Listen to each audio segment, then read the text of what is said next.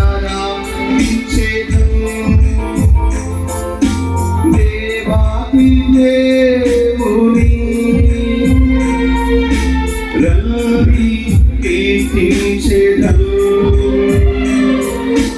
రాజాది రాజుని చేతులకై నిలిపి శిరమును వంచి స్తుతించి పొగడెదం యేసు నాథుని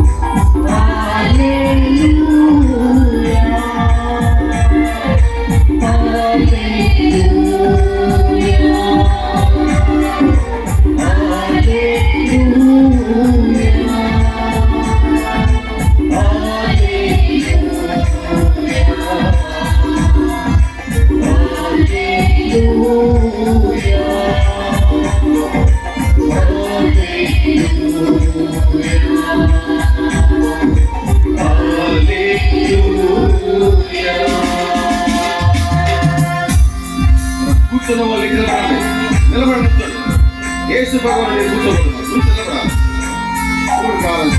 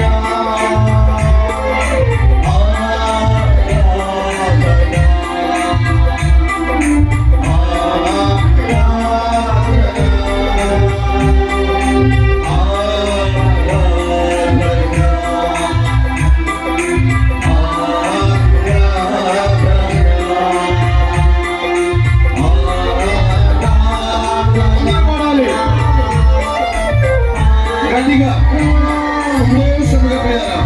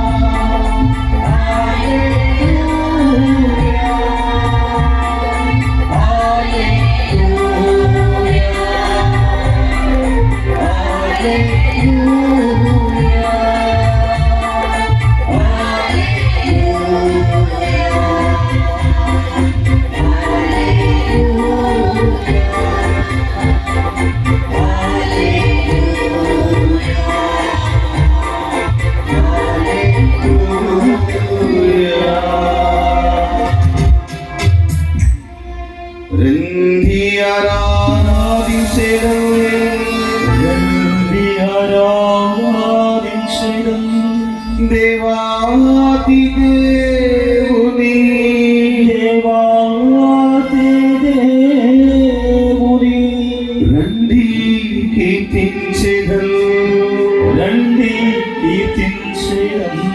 రాజాతి రాజుని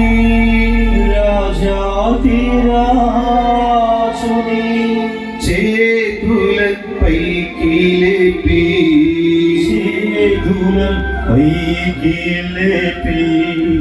శిరములు వంచి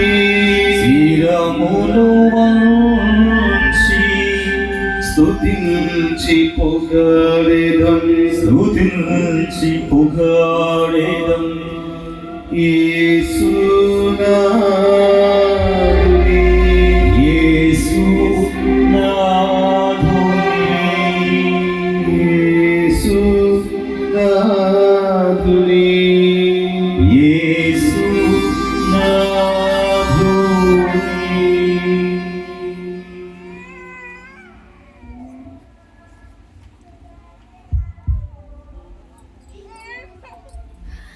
పరిశుద్ధ పరమ దివ్య ప్రసాదమునకు సదాకాలము ఆరాధన స్తుతి స్తోత్రములు కలుగునుగాక.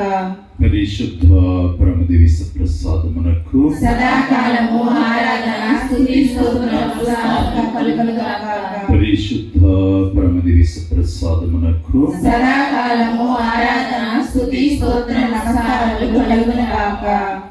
పరిశుద్ధుడును ప్రేమ కలిగినటువంటి మా తండ్రి, ఈ సాయంత్ర సమయాన మమ్మందరిని కూడా నీ దైవ సన్నిధిలో సమావేశపరచినందుకు నీకు అనలేని స్తుతులు స్తోత్రముల దేవా.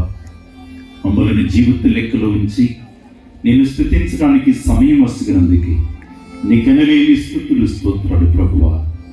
జీవము కలిగినటువంటి తండ్రి, నీ జీవవాక్కు ద్వారా ప్రతి బిడ్డ తన జీవితాన్ని పునరుద్ధరించుకొని ఆత్మీయంగా బలపడాలని ఆశించి నీ సన్నిధికి వచ్చిండగా ప్రతి బిడ్డను తాకి స్వస్థపరచండి. ఆత్మీయ శారీరక స్వస్థతను మీరు దయచేయండి. కుటుంబాలలో కలతులు, కలహాలు, శోధనలు ఉన్నట్లయితే ప్రభువా, నీ శాంతిని, సమాధానాన్ని వసగి ప్రతి బిడ్డను కూడా దీవించండి. సంతానం లేనటువంటి బిడ్డలకి సంతానాన్ని మీరు దయచేయండి. అనారోగ్యంతో బాధపడుతున్నటువంటి బిడ్డలకు ప్రభువా స్వస్థతను దయచేయండి. ఎందరో తండ్రి నిన్ను విడనాడి నీ సన్నిధి యొక్క విలువ తెలియక అజ్ఞానంలో, అంధకారంలో, మూర్ఖత్వంతో బ్రతుకుతూ ఉండగా ఈ లోకంలో ప్రతి బిడ్డ కూడా సత్యాన్ని తెలుసుకుని ప్రభు సన్నిధికి రావటానికి ఆత్మీయమైనటువంటి జ్ఞానాన్ని దయచేయండి. ప్రభువా, ఇప్పుడు నీ జీవము కలిగినటువంటి వాక్కును మేము ధ్యానించుకునే సమయంలో ప్రభువా మీరే మాతో ఉండి మాట్లాడండి. నీ మలుపులం, అజ్ఞానులం, అయోగ్యులము తండ్రి, అయినా మమ్మలను నీ బిడ్డలుగా తయారు చేసి మాకింతటి గొప్ప భాగ్యాన్ని దయచేసినందుకు నీకు స్తోత్రములు దేవా. ఇదిగో తండ్రి, ఎక్కడున్నటువంటి మా ప్రీతమ గురువులని ఫ్రాన్సిస్ ఫాదర్ గారిని, ఉపదేశకులను, మఠ కన్యలను, సంఘ పెద్దలను, మర్యాదల సభ్యులను, యువకులను, ప్రతి ఒక్కరిని కూడా మీరు నీ హేరాళమైనటువంటి కృపావరములతో నింపి బిడ్డలకు కావలసినటువంటి సకల వరములు సకాలములను గురించి దీవించమని మా ప్రభువుని మీ ప్రియ కుమారుడైన యేసుక్రీస్తు అత్యంత ప్రశస్త నామమున అడిగి వేడుకొనుచున్నాము తండ్రి. Amen. Praise the Lord. Praise the Lord. Praise the Lord. Praise the Lord. Praise the Lord. Praise the Lord. Praise the Lord. Praise the lord.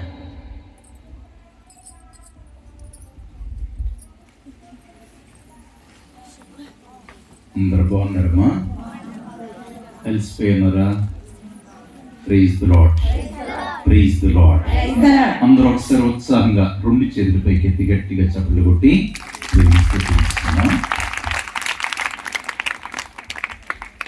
తపస్కాలం రాగానే మనలో ఎక్కడ లేనటువంటి శక్తి, ఎక్కడ లేనటువంటి ఆశ, ఎప్పుడు లేనటువంటి అత్యంత ఉత్సాహం ఎక్కువగా ఉంటుంది. ఎందుకని ఉత్సాహం మనకి? ఎక్కడికి వెళ్ళాలనమ్మా? ప్రార్థనకి వెళ్ళాలని. ఎక్కడ కూటాలు జరిగినా అక్కడికి వెళుతూ ఉంటాం, దీక్ష తీసుకుంటాం, సిలువ మార్గాలు చేస్తాం, దీవుబలి పూజలో పాలు పంచుకుంటాం, కుటుంబ ప్రార్థనలు. ఇవన్నీ దేనికోసం అంటే ఈ 40 దినాలు యేసయ్య ఎడారికి వెళ్ళి ఏకాంతముగా తాను ప్రార్థనలో ఉండి సైతాను శక్తిని పారద్రోలి సైతానుని జయించాడు. ఈ 40 రోజులు మనం యేసయ్య శిలువ శ్రమలని ధ్యానం చేసుకుంటూ మన బ్రతుకులు కూడా నూతనీకరించబడాలని, క్రొత్త వెలుగును, క్రొత్త శక్తిని పొందుకోవాలని మనందరం ఆశించి ప్రార్థనలకి వెళుతూ ఉంటాం. అవునా కదా? ఏమన్నా ఆశించే వస్తున్నారా? లేకపోతే ఒట్టిగానే ఫాదర్ గారు ప్రోగ్రాం పెట్టారు కాబట్టి వస్తున్నారా? రావాలి. మనకి ఎక్కడికి వెళ్ళినా సరే నీకే ఉండాలి ఆశ. ఈరోజు ప్రార్థనకి వెళుతున్నానంటే, దేవా నీ సన్నిధికి వస్తా ఉన్నాను, నాకు ఆత్మీయమైనటువంటి బలం కావాలి. ఎందుకని మనకు ఆత్మీయ బలం కావాలి? మన ప్రపంచంలో ఎన్నో శోధనలు ఉంటాయి, మన కుటుంబాలలో ఎన్నో శోధనలు ఉంటాయి, వ్యక్తిగత జీవితంలో సంఘర్షణలు ఉంటాయి. వీటినన్నింటినీ భరించలేక కొంతమంది జీవితమే భారం అనుకుని వెళ్ళిపోతా ఉంటారు. కానీ యేసయ్య చెప్తా ఉన్నాడు, భారముచే అలసి సొలసి అయినటువంటి సమస్త జనులారా మీరు నా యొద్దకు రండి, మీకు విశ్రాంతినిస్తానని చెప్తా ఉన్నాడు. మరి మనిషికి నిజంగా విశ్రాంతి ఎలా దొరికింది? ఎక్కడ దొరికింది అమ్మా? అసలు విశ్రాంతి లేదా మనకి? ఎందుకంటే మనం ఎక్కువ పనిలో ఉంటాం. విశ్రాంతి అంటే మనం పని లేకుండా ఉంటే విశ్రాంతి తీసుకోవటం అనుకుంటాం. కానీ మన బ్రతుకులన్నీ రెండు కార్యాల ద్వారా నడిపించబడతా ఉంటాయి. ఒకటి మన మైండ్, మనస్సు, రెండవది నాలుక. ఈ రెండే మనిషి జీవితాన్ని, ప్రపంచాన్ని ప్రభావితం చేసే. ఈ 40 దినాలు కూడా నీ జీవితం ప్రశాంతంగా ఉండాలంటే, నీ జీవితం ఆత్మీయమైనటువంటి వెలుగును పొందుకోవాలంటే, నీ జీవితంలో యేసయ్య మహాకృపని అనుభవించాలి అంటే, ఆయన సన్నిధానంలో నువ్వు అనుభవించే ఆ దైవానుభూతి నీకు నాకు దొరకాలి అంటే మన మనస్సు నెమ్మదిగా ఉండాలి. మన మనస్సు అనేక పర్యాయాలు అనేకమైనటువంటి ఆలోచనలతో పరుగులు తీస్తూ ఉంటది, హడావుడిగా ఉంటది. మన మనస్సు ఏం చెప్పితో నాలుక అది మాట్లాడుతూ ఉంటది. అవునా? అవును కదా? మనస్సు చెప్పిందే నాలుక మాట్లాడుతూ ఉంటది.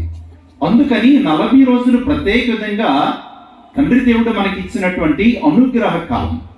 దేనికంటే నీ మనస్సును దేవుని యందు నెమ్మది పరచుకోవటం కోసం. అలజడి, ఆందోళన ప్రక్కన పెట్టి నీ మనస్సు, నీ హృదయాన్ని దేవునికి సమర్పించి నీ బ్రతుకుల గురించి ఆలోచన చేయటం కోసం. మొన్నకాయన 79 సంవత్సరాల వ్యక్తి చెప్తున్నాడు, ఫాదర్ గారండి, నా జీవితం అసలు ఏమిటో తెలియకుండా నేను జీవితాన్ని గడిపేశాను. నేను జీవితంలో ఇన్ని సంవత్సరాలు కష్టపడినంత ఉట్టిగానే పోయింది. నేను జీవితకాలం అంతా కూడా వెంపర్లాడి దానికోసం దీనికోసం పరుగులు తీశాను.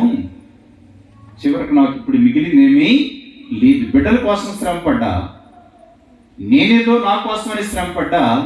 ఈరోజు బిడ్డలు ఎవరి దారిన వాళ్ళు పక్షులకి రెక్కలు వచ్చిన మాదిరి ఎగిరి ఏ విధంగానైతే ఎగిరిపోతాయో అదే విధంగా బిడ్డలు వెళ్ళిపోయారు. నన్ను చూసేవాళ్ళు ఎవరు లేరు. ఇప్పుడు నేను కూర్చొని అసలు నా జీవితంలో నేను ఏం చేశాను, అసలు జీవితం అంటే ఏమిటి అని నేను ఇప్పుడు నా ఆలోచన చేస్తే నా జీవితం అసలు చేయవలసింది నేను చేయలా. ఏమిటది? ఏం చేయలేదంట? దైవ సన్నిధిలో నేను సమయాన్ని గడపల. దేవుడే కదా నాకు ఈ జీవితం ఇచ్చింది, దేవుడే కదా నాకు ఉన్నటువంటి ఆస్తిపాస్తులో, ఇల్లు వాకులో ఏది ఇచ్చింది, బిడ్డలు ఇచ్చింది. ఇవన్నిటికీ నేను దేవునికి వందనాలు తెలియజేస్తూ నా బిడ్డల దైవ మార్గంలో నడిపించే బదులు నేను ప్రపంచం వైపు నడిపించా. అందుకని వాళ్ళు పక్షుల్లాగా ఎగిరిపోయారు. నాకు మిగిలిందేమీ లేదు. ఆయనకి ఎన్ని సంవత్సరాలు జ్ఞానోదయం వచ్చిందంట? 79 సంవత్సరాలకి. మనం ఈ రోజుల్లో 79 సంవత్సరాలు అందరూ ఉంటారో ఉండరో తెలియదు. అందరూ ఉండాలని నేనైతే మీరందరూ 120 సంవత్సరాల పైనే. పూర్వకాలంలో మనకు అబ్రహాం గారు వీళ్ళందరూ బ్రతికేవాడు కదా, ఎక్కువ సంవత్సరాలు. అన్ని సంవత్సరాల కంటే ఎక్కువ కాలం బ్రతకాలని నేను కోరుకుంటాను. ఆ బ్రతకడానికి మార్గం ఇది దేవుడే చూపిస్తున్నా. బ్రతకాలంటే ఏం చేయాలి? మన మనస్సు నెమ్మదిగా ఉండాలంట. ఆందోళన వలన అనారోగ్యం కలుగుతూ ఉంటుంది మనిషి. అందుకని దేవుడు చెప్తా ఉన్నాడు, నువ్వు శాంతిగా జీవించడం వలన, ప్రశాంతంగా జీవించడం వలన నీకు దేవుడు ఏం చేస్తూ ఉంటాడు? దీర్ఘాయుష్ని ఇస్తూ ఉంటాడు. సామెతల గ్రంథం 14వ అధ్యాయము 30వ వాక్యం ఒకసారి చదవండి. సామెతల గ్రంథం 14వ అధ్యాయం 30. ఒకళ్ళు చదవడం స్పష్టంగా. శాంతి గుణం వలన ఏం కలుగుతాయంటమ్మా? నీకు ఆరోగ్యం కావాలంటే ఏం చేయాలి? ఇప్పుడు మనం ఆరోగ్యం కావాలంటే ఈ రోజులు యూట్యూబ్లో పెడుతున్నారు, అది తినాలి, ఇది తినాలి, అది చేయాలి, ఇది చేయాలి, ఆ ఎక్సర్సైజ్ చేయాలి, ఈ ఎక్సర్సైజ్ చేయాలని మనకి చేసి చూపిస్తున్నారు. వాళ్ళకి డబ్బులు వస్తాయి, మనం చూస్తాం అంతే. మనం ఎక్సర్సైజ్లు చేయం, లేదా వాళ్ళు చెప్పేది తింటానికి మన దగ్గర ఉండను కూడా ఉండవు. మనకు దొరికేది కాస్త కొద్ది అన్నం, కొద్ది కూర ఏదైనా మనం వండుకుంటే దొరికింది తప్ప వాళ్ళు యూట్యూబ్లో చూపించేవన్నీ మనకి దొరకకపోవచ్చు. కానీ ఒక మనిషి అసలు నిజంగా ఆరోగ్యంగా ఉండాలంటే, నిజంగా ఎక్కువ కాలం బ్రతకాలంటే, నిజంగా ఆత్మీయమైనటువంటి మేలును పొందుకోవాలంటే జీవిత సూత్రం ఇదే. ప్రభు వాక్యములో చెప్తున్నాడు. ఏమనంటమ్మా? శాంతి గుణము వలన ఏం కలుగుతా ఉన్నాయి? ఆయురారోగ్యములు కలుగుతూ ఉంటాయి. మరి శాంతి గుణాన్ని పొందుకోవడానికి తపస్సు కాదు. మన మనస్సు అలజడితో ఉంటది, ఆందోళనతో ఉంటది, అటు ఇటు పరుగులు తీస్తూ ఉంటది, వాళ్ళ మీద కోపపడుతూ ఉంటది, వీళ్ళ మీద కోపపడుతూ ఉంటది. ఇప్పుడు నువ్వు ప్రార్థనకు వచ్చినప్పుడు ఇప్పుడు మనం నేర్చుకోవాల్సినటువంటి విషయాలు ఏమిటంటే, దేవా నా మనస్సు ఎలా ఉన్నది?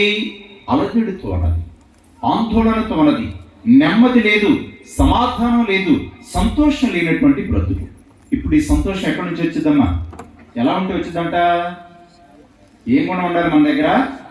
మీలో శాంతంగా ఉండేవాళ్ళు ఒకసారి చేయొద్దండమ్మా. శాంతి సమాధానాలతో ప్రశాంతంగా బ్రతికే వాళ్ళు ఉన్నారు ఎవరన్నా? ఎవరు లేవు. ఇప్పుడు ఏదో చిన్న మాట అంటే మనం తోటాలు వేసేస్తాం. ఏమిటి? ఎవరైనా చిన్న మాట ఏదైనా అన్నారనుకోండి, మనం ఎన్ని మాటలు అంటున్నాం ఈ రోజుల్లో? 10 మాటలు అనేస్తాం. అంటే మాటల తూటాలతో మనుషుల్ని మనం హతమార్చేస్తూ ఉంటాం. మనిషిలో ప్రశాంతత లేదు, నెమ్మది లేదు. ఈ 40 దినాలు కూడా నీ బ్రతుకుల గురించి ఆలోచన చేసి ఏం చేస్తున్నాం? మన బ్రతుకులు అసలు ఏం చేస్తున్నాం? ఏం ఆలోచన చేస్తున్నాం? మన ఆలోచన పరిపరి విధాలుగా పరుగులు తీస్తూ ఉంటుంది. ఎప్పుడు మన మనసు ఏదో దానికోసం తప్పిస్తూ ఉంటుంది, అసలైనటువంటి దానికోసం తప్పించదు. నువ్వు అనవసరంగా ఆలోచన చేసి ఆందోళనకు గురై ప్రయోజనం ఏం లేదు. ఇప్పుడు బీపీలు షుగర్లు ఎందుకు వస్తున్నాయి మనకి? ఇవి పూర్వకాలంలో కూడా ఉండే ఉంటాయి. కానీ మన పెద్దలందరూ ఏం చేసేవాళ్ళు అప్పుడు? వాళ్ళు ఎవరు ఏమనేవాళ్ళు కాదు, పెద్దగా కోపతాపాలు ఎక్కువ వాళ్ళకి ఉండే కదా. ఎందుకని పనికి వెళ్ళి వచ్చేవాళ్ళు, ఉన్నది వండుకొని ప్రశాంతంగా ఒక ముద్ద తిని హాయిగా బ్రతికేవాళ్ళు. ఎవరైనా చుట్టాలు పట్టాలు వస్తే చారదీసి ఆ రాత్రి వేళల్లో మనందరి ఇళ్ళల్లో ఏముండే? రోలు రోకలు ఉంటా ఉండి వాటి ఒడ్లు దంచి చక్కగా భోజనం పెట్టి 4 రోజులుండప్ప 4 రోజులుండు బాబాయ్ అనుకుంటా వాళ్ళని ఇంట్లో ఉంచేవాళ్ళు. ఇప్పుడు బ్రతికేమైంది? ఇప్పుడు బ్రతికంతా హడావుడి బ్రతికి అయిపోయింది. హడావుడి వెళ్ళిపోతున్నాం మనం. స్విచ్ అయితే నీకు అన్నం రావాలి, స్విచ్ అయితే కూర రావాలి. ఇప్పుడు మంచాలు కూడా వస్తున్నాయి. స్విచ్ చేస్తే మంచం వస్తుంది, స్విచ్ చేస్తే కుర్చీ వస్తుంది, రకరకాలు మీరు చూడొచ్చు. ఇప్పుడు అవన్నీ చూడటం మన ఫ్యాషన్. ఇదేంటి? అదొక బిజినెస్. ఇదేవరకు మనకి పని లేకుండా చేసేది అనమాట. ఏదొరకు అమ్మోళ్ళు ఏం చేసేవాళ్ళు? పొలాలు పోయి పెట్టి అమ్మా ఊదేవాళ్ళు. ఇప్పుడు మనకి బ్రీదింగ్ ఎక్సర్సైజ్ చేయాలి మీరు 2 అంటా ఉన్నారు. అంటే బ్రీదింగ్ ఎక్సర్సైజ్ అంటే గాలి ముందుకి వెనక్కి పిలవటం. ఏదొరకు అమ్మోళ్ళు ఏం చేసేవాళ్ళు? అమ్మా ఒకసారి మీరు ఊదండి. ఇప్పుడు వాళ్ళకి తెలుసో తెలియదు, పొగ్గొట్టాలు చూసారమ్మా పిల్లలు? ఇప్పుడు చూసి ఉండరు. ఒకసారి ఊదండమ్మా మీరందరూ. ఏం జరుగుతుంది? మనకి ఆ బ్రీదింగ్ ఎక్సర్సైజ్ జరుగుతుంది. అటు ఇటు వంగటం, పని చేయటం, కడగటం, ఒత్తగటం, ఇవన్నీ కూడా ఏంటి? ఇప్పుడు వాషింగ్ మిషన్ వచ్చేసి అటు పెట్టి స్విచ్ చేస్తున్నాం. ఆ మురికిలాగే ఉంటుంది. మళ్ళీ అవన్నీ పోతున్నాయి. డిటర్జెంట్స్ ప్రతి వచ్చినాయి మనకి అడ్వర్టైజ్మెంట్లు. అది వాళ్ళ బిజినెస్. డబ్బుల కోసం ఏం చేస్తున్నారు? నువ్వు ఇదిగో ఏంటమ్మా ఇప్పుడు ఏమొచ్చినాయి? కొత్త ఏంటమ్మా? ఎయిర్టెల్ ఈ నెట్వర్క్ లేవి. ఏ సబ్బులు ఏ వచ్చినాయి కమ్మా సర్ఫ్లో? ఏరియల్ ఇంకా రకరకాలు వచ్చినాయి. వాళ్ళందరూ ఇస్తారు. ఇది వేసి వాళ్ళు అడ్వర్టైజ్మెంట్లు ఎట్టేస్తున్నారు. నువ్వు అట్లా వేయగానే ఇట్లా తెల్లగా అయిపోతావు. మనం వేసి చూస్తూ వస్తున్నాయా? తెల్లగా ఏమి రేపని అట్లాగా ఉంటాయి. ఇది పరిస్థితి ప్రపంచం. అడ్వర్టైజ్మెంట్లు ఇచ్చి మనల్ని మోసం చేస్తుంటే ఆ మోసాల్లో మనం ఉండిపోతాం. ఇప్పుడంతా కూడా మనకి పనులన్నీ తేలిగ్గా జరిగిపోవాలి, పనులన్నీ కూడా హాయిగా జరిగిపోవాలని అని మనం అనుకుంటాం. కానీ దాని వలన మనకు రకరకాల సమస్యలు వస్తున్నాయి. అందుకని దేవుడు ఏం చెప్తున్నాడంటే, నీ బ్రతుకు బాగుండాలి అంటే మనకి మనస్సు సరిగా ఉండాలి. ఇప్పుడు చాలామంది సైంటిస్టులు కూడా, శాస్త్రవేత్తలు కూడా కనుగొన్నది ఏంటంటే, పిల్లలు చదువుకున్న వాళ్ళు ఉన్నారమ్మా ఇక్కడ? గురుత్వాకర్షణ శక్తి గురించి తెలుసా మీకు? ఎవరు చెప్పారా? న్యూటన్స్ గురుత్వాకర్షణ శక్తి దగ్గర నుంచి ఇప్పుడు క్వాంటమ్ ఫిజిక్స్ అంటే అణువులు, పరమాణువుల గురించి చెప్పే వాళ్ళందరూ ఏం చెప్తా ఉన్నారంటే, ఇదివరకు పదార్థం అని చెప్పేవాడు. ఈ మనకి లోకంలో ఉన్న 3 సరుకులన్నీ ఇప్పుడు ఏం చెప్తున్నారంటే matter is not made up of material అంటా ఉన్నారు. అంటే ఈ పదార్థంలో కూడా శక్తి ఉన్నది, జీవం ఉన్నది, దాని వలనే మనం ఇవన్నీ చేయగలుగుతున్నామని. ఇప్పుడు వాళ్ళు కూడా చెప్పేది ఏమిటంటే, ఒక మనిషి ఆరోగ్యంగా ఉండాలంటే, నెమ్మదిగా ఉండాలంటే మనం దైవ వాక్యంలో ఉన్నటువంటి వాక్యనే వాళ్ళు కూడా చెప్తున్నారు. ఏమిటంట? నీ మనస్సు సరిగా ఉండాలంట. ఏముండాలమ్మా? మన ప్రార్థనలో ఏం జరుగుతూ ఉన్నది? నీ మనస్సును నెమ్మదిపరుచుకోవటం నేర్చుకోవాలి. అది జరగనప్పుడు ఏమిటంటే, హడావుడి ప్రార్థన చేసుకుని హడావుడి వెళ్ళిపోతే మనకైనా ఫలితం వచ్చిందా? ఏమీ ఫలితం రాదు. అందుకని దేవుడు ఏం చెప్తున్నాడంటే, ఈ 40 రోజులు ఎందుకు ఇచ్చాడంటే, బిడ్డా నీ జీవితంలో ఎన్నో శ్రమలు పడుతున్నావు, ఎన్నో కష్టాలు పడుతున్నావు, ఏదో సాధించాలని తప్పిస్తా ఉన్నావు, అటు ఇటు పరుగులు తీస్తా ఉన్నావు. చివరికి ఒకసారి వెనక్కి తిరిగి చూస్తే ఏమనుందా? ఏమీ కనిపిస్తుంది. మనకు అంత శూన్యంగా ఉంటుంది.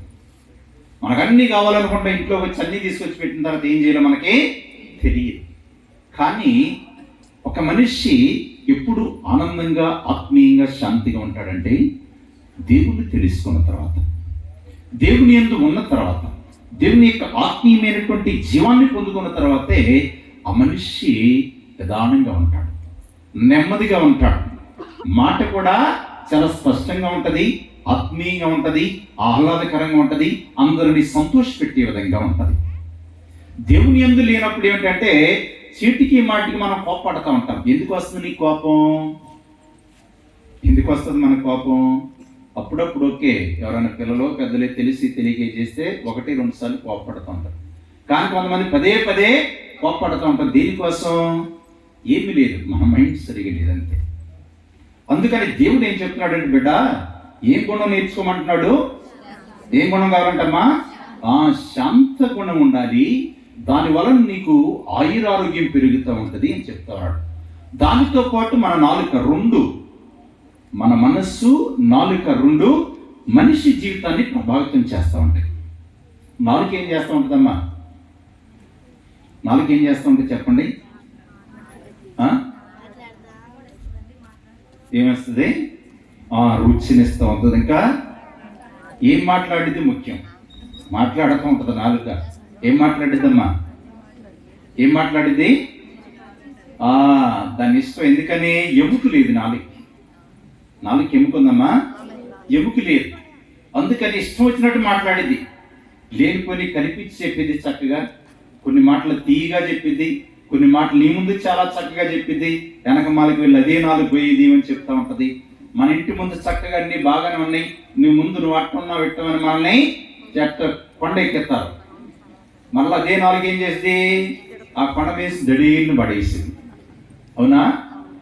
అందుకని మన మైండ్తో చేసే ఆలోచన నీ నాలుగు ద్వారా బయటకు వస్తూ ఉంటుంది.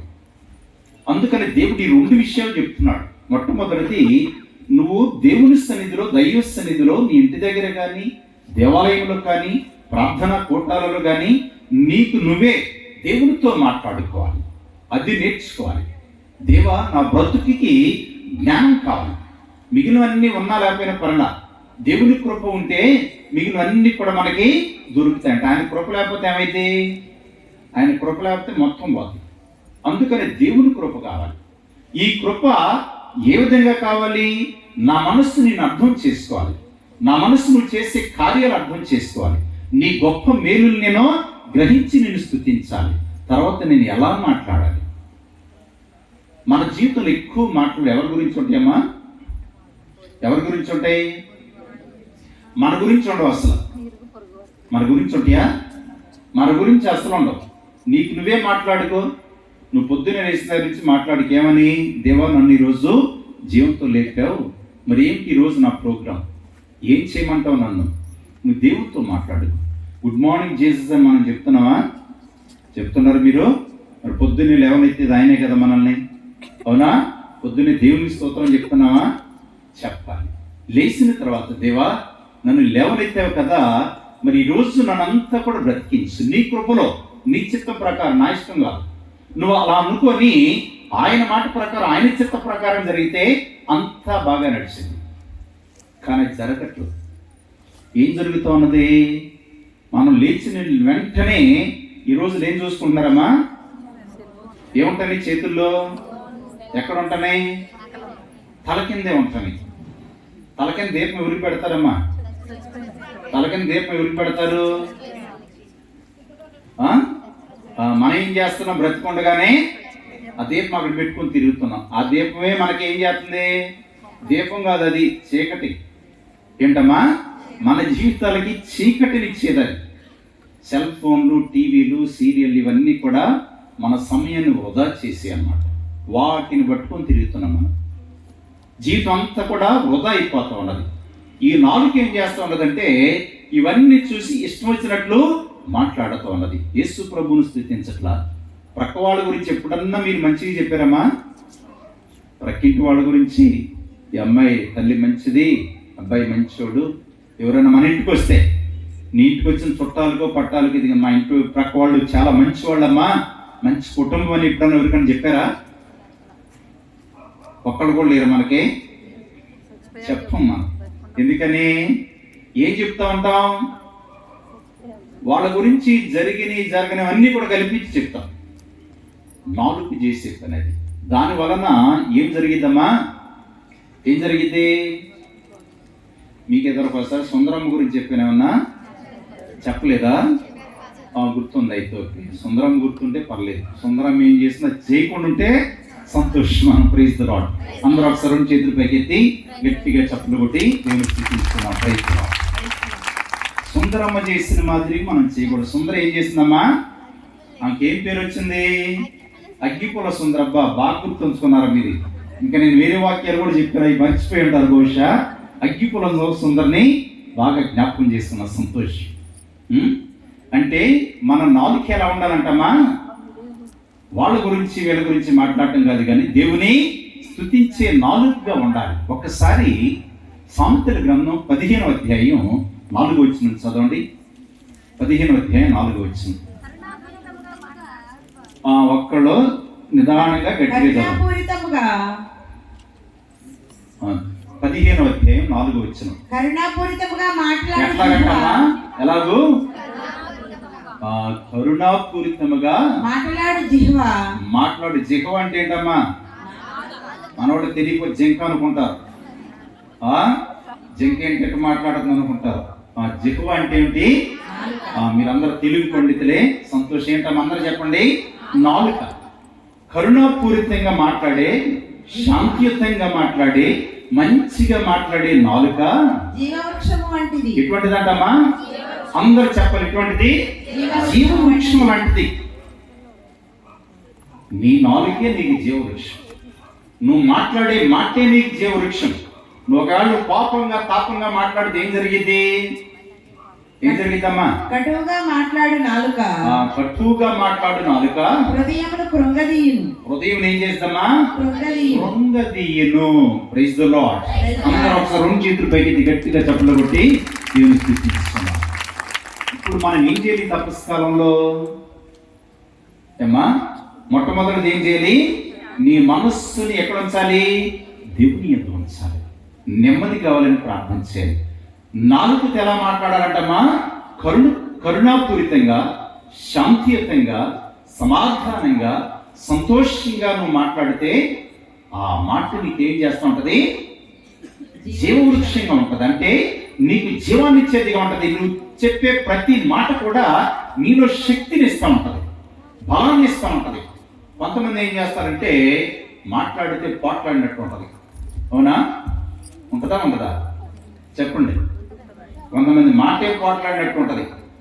మనకి ఎలా ఉంటుంది అంటే ఎదుటి వాళ్ళు కఠినంగా మాట్లాడినప్పుడు వీళ్ళ దగ్గర మనమే మాట్లాడదు, ఎందుకు వీళ్ళ దగ్గరికి వెళ్తామని ప్రక్కకి వెళ్ళిపోతూ ఉంటాం. ఇది ఎక్కడి నుంచి వచ్చింది? ఈ మాట నీ నాలుక నుండే వచ్చింది. అందుకని దేవుడు ఏం చెప్తున్నాడంటే తపస్కాలంలో మనం ప్రార్థనలు బాగా చేస్తాం, దీక్షలు తీసుకుంటాం, కూటాలు ఏర్పాటు చేసుకుంటాం, కానీ మన బ్రతుకులు ఎలా ఉన్నాయి? అలాగే ఉంటా ఉన్నాయి. దేవుడు మనల్ని ఎందుకు పిలిచాడంటే మన బ్రతుకు మార్చుకోవటం కోసం. పౌలు భక్తుడు కొరింథీ ప్రజలకు రాస్తున్న లేఖ 2వ లేఖ 6వ అధ్యాయము 2వ వచనం ఒకసారి చదవండమ్మా. ఏలన్నా అనుకూల సమయమున నేను నిన్ను ఆలకించుతని, రక్షణ దినమున నేను నీకు తోడ్పడితిని. Praise the Lord, praise the Lord. అందరూ ఒకసారి రెండు చేతులు పైకి ఎత్తి గట్టిగా చప్పట్లు కొట్టి దేవుని స్తుతిస్తున్నాం. అనుకూల సమయం ఎప్పుడు మనకి? అనుకూల సమయం ఎప్పుడు మనకి? ఎప్పుడమ్మా? వచ్చే సంవత్సరం అంటారా, లేకపోతే రేపు అనుకుంటున్నారా? ఎప్పుడు? ఇప్పుడే. ఈ అనుకూల సమయం దేనికి? దేనికి? మన బ్రతుకు మార్చుకోవటం కోసం. మార్పు చెందవా నీవు, మార్పు చెందవా, నీ బ్రతుకు మార్చుకోవా. అనుకూల సమయము ఇది ఏనని ఎరిగి మనసు నీవు పొందవా, మనసు నీవు పొందవా. మార్పు చెందవా నీవు, మార్పు చెందవా, బ్రతుకు మార్చుకోవా. అనుకూల సమయము ఇది ఏనని ఎరిగి మనసు నీవు పొందవా, మనసు నీవు పొందవా. ఎన్నాళ్ళు నీవు జీవించినా కానీ ఏమున్నది ఈ లోకంలో? ఇన్నాళ్ళు నీవు చేసిన క్రియలన్నిటికీ తీర్పున్నది పరలోకంలో. తీర్పు దినమునందున ఆయన ముందు నీవు నిలిచే ధైర్యం నీకుందా? నిలిచే ధైర్యం నీకుందా? మార్పు చెందవా నీవు, మార్పు చెందవా, బ్రతుకు మార్చుకోవా. అనుకూల సమయం ఇది ఏనని ఎరిగి మనసు నీవు పొందవా, మనసు నీవు పొందవా. మార్పు చెందవా నీవు, మార్పు చెందవా, బ్రతుకు మార్చుకోవా, బ్రతుకు మార్చుకోవా. Praise the Lord, praise the Lord, praise the Lord. దేవుడు మనందరినీ ఇక్కడికి పిలిచింది ఏమిటంటే మన బ్రతుకు మార్చుకోవటం కోసం. మన ప్రతి సంవత్సరం కూడా తపస్కాలంలో మొట్టమొదటి వాక్య విభూతి బుధవారం రోజున చదువుకుంటా ఉంటాం. యావేలు గ్రంథం 2వ అధ్యాయం 12వ వచనం. ఒకసారి చదవండి అమ్మా. ప్రభువు ఇట్లనుచున్నాడు, ఇప్పుడైనను, ఎప్పుడంటామా? ఇప్పుడైనను ఎలా రమ్మని చెప్తున్నాడు? పూర్ణ హృదయముతో నా చెంతకు మరలి రండు. ఎలా రావాలో చెప్తున్నాడు. మరలా ఎలాగంటమా? ఉపవాసముతోను, సంతాపముతోను, ఏడ్పులతోను నా దగ్గరకు తిరిగి రమ్మని చెప్తున్నాడు. Praise the Lord, praise the Lord. ఇప్పుడు ఎలా వచ్చాం మనందరం? ఏమా? ఉపవాసం ఉండి ఉంటారు మీరందరూ చాలా మంది. తర్వాత సంతాపం అంటే దేనికోసం సంతాపించాలి మనం? సంతాపం ఎప్పుడు పడతాం? మనకి ఏదైనా బాధ కలిగినప్పుడు, విచారం కలిగినప్పుడు సంతాపం తెలియజేస్తాం. దేవుని దృష్టిలో ఎందుకు సంతాపంతో రమ్మంటున్నాడంటే, ఒక మనిషి దేవుని యందు లేనప్పుడు దేవుని దృష్టిలో ఆ మనిషి మరణించినట్లే. మనలో ప్రాణం ఉంటది కానీ జీవోత్సవాల్లాగా బ్రతుకుతూ ఉంటాం. జీవం అన్నటువంటి వ్యక్తి ఆత్మీయంగా, ఆనందంగా, సంతోషంగా బ్రతుకుతూ ఉంటాడు. జీవము లేనటువంటి వ్యక్తి జీవోత్సవంలాగా బ్రతుకుతూ ఉంటాడు.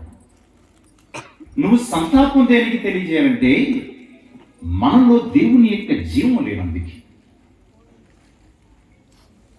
మనలో దేవుని జీవం లేదు. బిడ్డ, నీకు నా జీవాన్ని ఇచ్చాను, దాన్ని నువ్వు పోగొట్టుకుంటున్నావు. నా ఆశీస్సు నీకు ఇచ్చాను, దాన్ని నువ్వు ప్రపంచంలో పోగొట్టుకుంటావన్నా. దానిని పోగొట్టుకుంటున్నాం కాబట్టే దేవుడు మనందరిని కూడా పిలిచి మనం పోగొట్టుకున్నటువంటి ఆ జీవాన్ని మరలా తిరిగి ఇవ్వటానికి ఈ ప్రార్థన కూడికలు ఏర్పాటు చేస్తున్నాం. కాబట్టి మనం ఏదో అందరితో పాటు వచ్చాం, అందరితో పాటు వెళ్ళిపోదాం కాదు, కానీ ఇక్కడికి వచ్చిన ప్రతిసారి నీకు నువ్వే దేవుడితో మాట్లాడుకోవాలి. యేసు ప్రభు శిలువ మార్గంలో 8వ స్థలంలో ఒక మాట చెప్తా ఉన్నాడు. ఏం మాటమ్మా? ఎవరికి మాట చెప్పింది? పుణ్య స్త్రీలకు ఓర్పు చెప్తున్నాడు. ఎందుకు ఈయన బాధలో ఉంటే వాళ్ళను ఓరడిస్తున్నాడు? బాధపడేది ఎవరు? సిలువ మోసేది ఎవరు? యేసయ్య మోస్తున్నాడు. కానీ ఆయన ఓరడించేది ఎవరిని? ఏడుస్తున్నటువంటి పుణ్య స్త్రీలను ఓరడిస్తా ఉన్నాడు. ఏమిటి అంటే, అమ్మా మీరు నా కోసం కన్నీరు మున్నీరుగా ఏడుస్తూ ఉన్నారు. నేను ఈ మొయ్యలేనటువంటి భారాన్ని భుజాన వేసుకొని వచ్చింది నీకోసం. నా తలపై ముళ్ళ కిరీటం ధరించబడింది. మా శరీరం అంతా కూడా రక్తసిక్తం అయిపోయింది. నన్ను చూసి మీరు కన్నీరు మున్నీరుగా ఏడుస్తూ ఉన్నారు. పుణ్య స్త్రీలు కొంతమంది ఆయన అందమైనటువంటి రూపం, వికృత రూపం దాల్చి అంత రక్తసిక్తమైతే ఆ రక్తసిక్తమైనటువంటి ఆ రూపాన్ని చూడలేక, అయ్యా నువ్వు మా మధ్యలో అనేకమైనటువంటి గొప్ప గొప్ప కార్యాలు చేశావు, గొప్ప గొప్పగా నువ్వు ప్రసంగించావు, అనేక మందికి స్వస్థతనిచ్చావు, అనేక మంది నువ్వు జీవంతో లేవనెత్తావు, మరణించినటువంటి వారిని సైతము జీవంతో లేవనెత్తినటువంటి పరమ వైద్యుడివి, గొప్ప దేవుడివి, ఏమిటి నీకు ఈ శ్రమని పుణ్యస్త్రీలు ఏడుస్తా ఉన్నారు. ప్రభు వాళ్ళతో ఏం చెప్తున్నాడంటే, అమ్మలారా నా కోసం మీరు ఏడవకండి, మీకోసం మీ బిడ్డల కోసం ఏడవండి. ఎందుకు చెప్తా ఉన్నాడు సంతాపంతో రమ్మని అంటే, నా కోసం మీరు ఏడవలసినటువంటి పని లేదు. నేను దైవ కుమారుడిగా నీకు జీవం ఇవ్వటానికి వచ్చాను. నువ్వు ఆ జీవం పొందుకోలేనందుకు నువ్వేడు. నేను నీకు ఆశీస్సు ఇవ్వటానికి, రక్షణ ఇవ్వటానికి నేను వచ్చాను. దాన్ని పొందుకోకుండా ఉన్నందుకు నువ్వు కన్నీరు కార్చేయడు, సంతాపంతో నువ్వు నా దగ్గరికి రా. దాన్ని పోగొట్టుకున్నందుకే నువ్వు నా దగ్గరికి వచ్చి నువ్వు సంతాపంతో ప్రార్థన చేయమని చెప్తా ఉన్నాడు. దావీదు మహారాజు ఏం చేశాడమ్మా? 51వ కీర్తన 10వ వచనంలో ఏం చేస్తా ఉంటే దావీదు మహారాజు ఒకసారి చూడండి.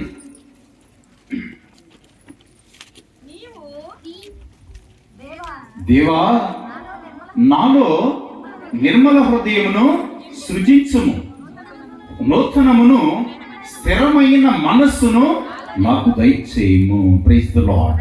ఏం అడుగుతున్నాడమ్మా దావీదు మహారాజు? దేవా నాలో నిర్మలమైనటువంటి హృదయాన్ని సృజించు. దేవుడు మనందరికి నిర్మలమైనటువంటి హృదయమే ఇచ్చాడు, అవునా కదా? ఎంతమందికి ఇచ్చాడు నిర్మలమైనటువంటి హృదయం? ఇచ్చాడు లేదా ఏమ్మా చెప్పండి. మరి ఏంటి, ఎవరు చేయట్లా? ఎంతమందికి ఇచ్చాడు? మనందరికి ఇచ్చాడు ఆయన. కానీ మనం పోగొట్టుకున్నాం దాన్ని, మనం పోగొట్టుకున్నాం. అందుకని దేవుడు శిష్యులు, అయ్యా అందరికంటే గొప్పవాళ్ళు ఎవరు, అందరికంటే అధికులు ఎవరు, దైవ రాజ్యానికి పాత్రులు ఎవరంటే ఎవరిని ఎత్తుకొని చూపిస్తున్నారు? ఒక చిన్న బిడ్డను ఎత్తుకొని చూపిస్తున్నారు. మీరు ఈ చిన్న పిల్లల వరే రూపొందననే తప్ప పరలోక రాజ్యమున ప్రవేశింపరని చెప్తా ఉన్నారు. అంటే చిన్న పిల్లవాడిని ఎందుకు ఎత్తుకొని చూపిస్తున్నాడు? అక్కడ చాలా మంది పెద్ద పెద్ద ధర్మశాస్త్ర బోధకులు ఉన్నారు, శాస్త్రాలు తెలిసినటువంటి వాళ్ళు, చట్టాలు తెలిసినటువంటి వాళ్ళు, బాగా చదువుకున్నటువంటి వాళ్ళు ఉన్నారు కదా. వాళ్ళు ఎవరిని చూపించట్లేదే. చిన్నపిల్లవాడిని ఎందుకు చూపిస్తున్నాడు ప్రభు? కపటం లేనటువంటి మనస్సు, కల్మషాలు లేనటువంటి బ్రతుకు, నిర్మలమైనటువంటి హృదయం చిన్నపిల్లలది.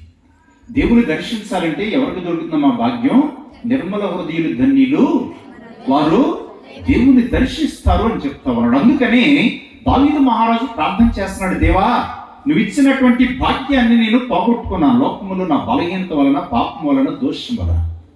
మరలా నువ్వు నన్ను నిర్మలంగా తయారు చేయి. ఈసారి ఏం అడుగుతున్నాడంటే, నాలో స్థిరమైనటువంటి మనస్సు, నెమ్మది కలిగినటువంటి మనస్సు, నీ యందు జీవించే మనస్సు నాకు దయచేయి. నేను ఆ భాగ్యాన్ని మరలా పోగొట్టుకోకుండా ఎటువంటి మనస్సు ఏమని అడుగుతున్నాడమ్మా? స్థిరమైనటువంటి మనస్సు ఏమని చెప్తున్నాడు. మనందరూ ఈరోజు ప్రార్థన అనుకుంటాం, ఇప్పటి నుంచి నేను బ్రతుకు మార్చుకోవాలి, ఉపవాసం చేయాలనుకుంటాం. కానీ మరలా బయటకు వెళ్ళిపోయిన తర్వాత ఏమైపోతాం? బయటకు వెళ్ళిన తర్వాత ఏమవుతామా? బయట మారిపోతాం. ఎక్కడ మారాలనుకుంటాం, మారేది ఎక్కడ మారుతాం? బయట మారిపోతాం, ప్రపంచానికి మారిపోతుంటాం మనం. అందుకని దావీదు మహారాజు, దేవా నాలో నిలకడ కలిగినటువంటి మనస్సును, నెమ్మదిని నాకు దయచేయమని ఆయన చెప్తా ఉన్నాడు. ఈరోజు నెమ్మది కలిగినటువంటి మనస్సు మనకి కావాలంటే అది ఎవరి దగ్గర దొరికిదమ్మా? ఎవరి దగ్గర దొరికింది? దైవ సన్నిధిలో ప్రభు దగ్గర మాత్రమే దొరుకుతా ఉన్నది. ప్రపంచంలో దొరకదు. ప్రపంచంలో నువ్వు ఎక్కడ వెంపర్లాడినా ఎక్కడ ఎత్తినా సరే అది దొరకదు. అందుకని ప్రభు మీరు సంతాపంతో రమ్మని చెప్పడం కారణం అది. మీకు నేను ఒక భాగ్యాన్ని ఇచ్చాను, ఆ భాగ్యం పోగొట్టుకున్నాను. పిల్లలకి మీరు ఏదో బంగారు పొంగరం చేయించారమ్మా, పిల్లోళ్ళు పోగొట్టారు. ఎక్కడ వస్తారు మన దగ్గరికి? పిల్లోళ్ళు కాదులే, పెద్దోళ్ళు అనుకుందాం. పిల్లోళ్ళు అంటే పోతే పోయిందులు అనుకుని వస్తారు. ఆ ఆడపిల్లలు పెళ్ళిళ్ళు అయ్యేటప్పుడు ఇస్తారుగా, మేము ఇస్తారు మీరు కొద్ది చిన్న బంగారు గొలుసు లేకపోతే చిన్న ఉంగరము ఏదో ఒకటి ఇస్తూ ఉంటాం. ఒకవేళ అది పోగొట్టుకుందని ఉంటూ పాపం ఏం చేస్తుంది అమ్మాయి? ఏమ్మా ఏడ్చుకుంటే ఎక్కడికి వచ్చింది? తల్లి దగ్గరకు వచ్చింది. అమ్మా నువ్వు నాకు బంగారు గొలుసు చేయించావు, అది ఎక్కడ పోయింది, ఎక్కడ పోయిందో కనపడట్లేదు. తల్లి ఏమైంది? మరలా కలవరపడి ఏదో ఒక విధంగా చేసి నీకు ఇచ్చిందిలే. కానీ బంగారం కంటే శ్రేష్టమైంది మన బ్రతుకు. అవునా? బంగారం పోతే సంపాదించుకోవచ్చు, మణులు మాణిక్యాలు పోతే సంపాదించుకోవచ్చు, జీతం పోతే ఎవరైనా సంపాదించుకోగలవా? ఎవరు సంపాదించుకోలేదు. దేవుడు అందుకని మీరు సంతాపంతో రమ్మనేది, ఏడ్పులతో రమ్మనేది, ఉపవాసంతో రమ్మనేది.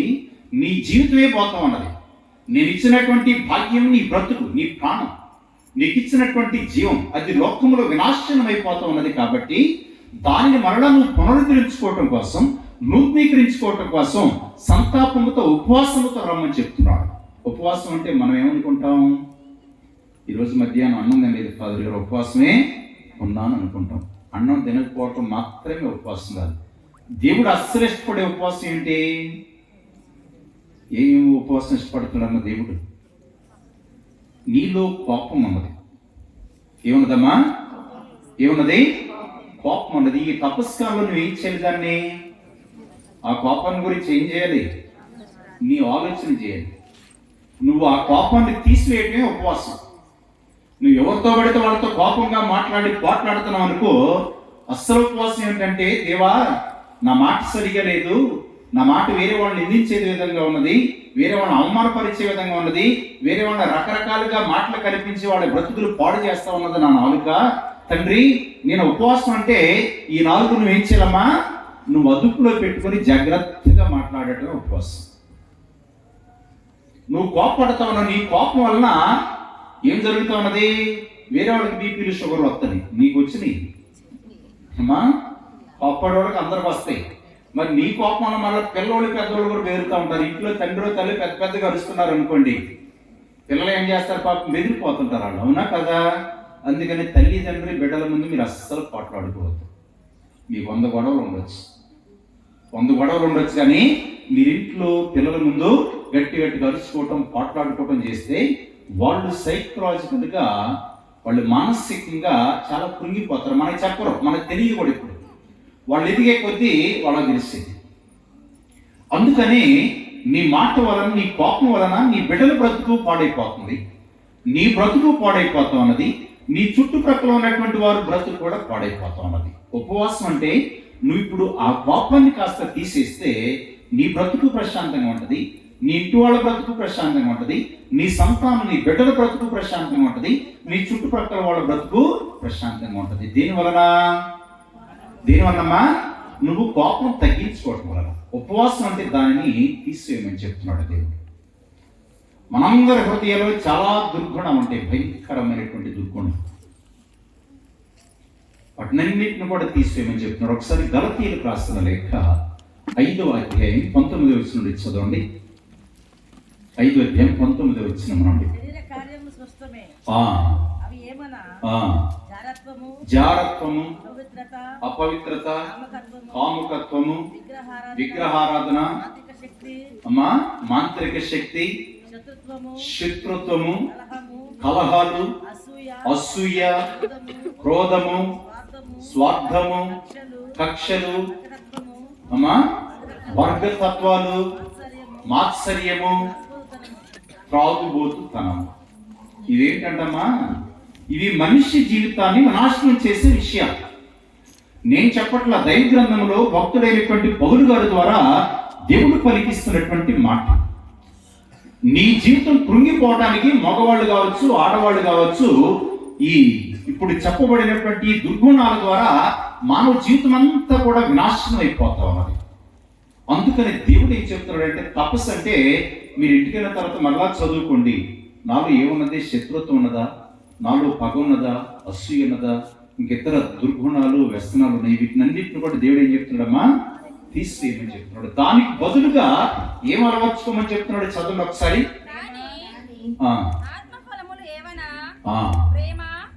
ఆత్మ ఫలాలు కావాలి మనకి. ఇప్పుడు మనందరం ఇక్కడ కూర్చొని ఏం పొందుకోవడానికమ్మా?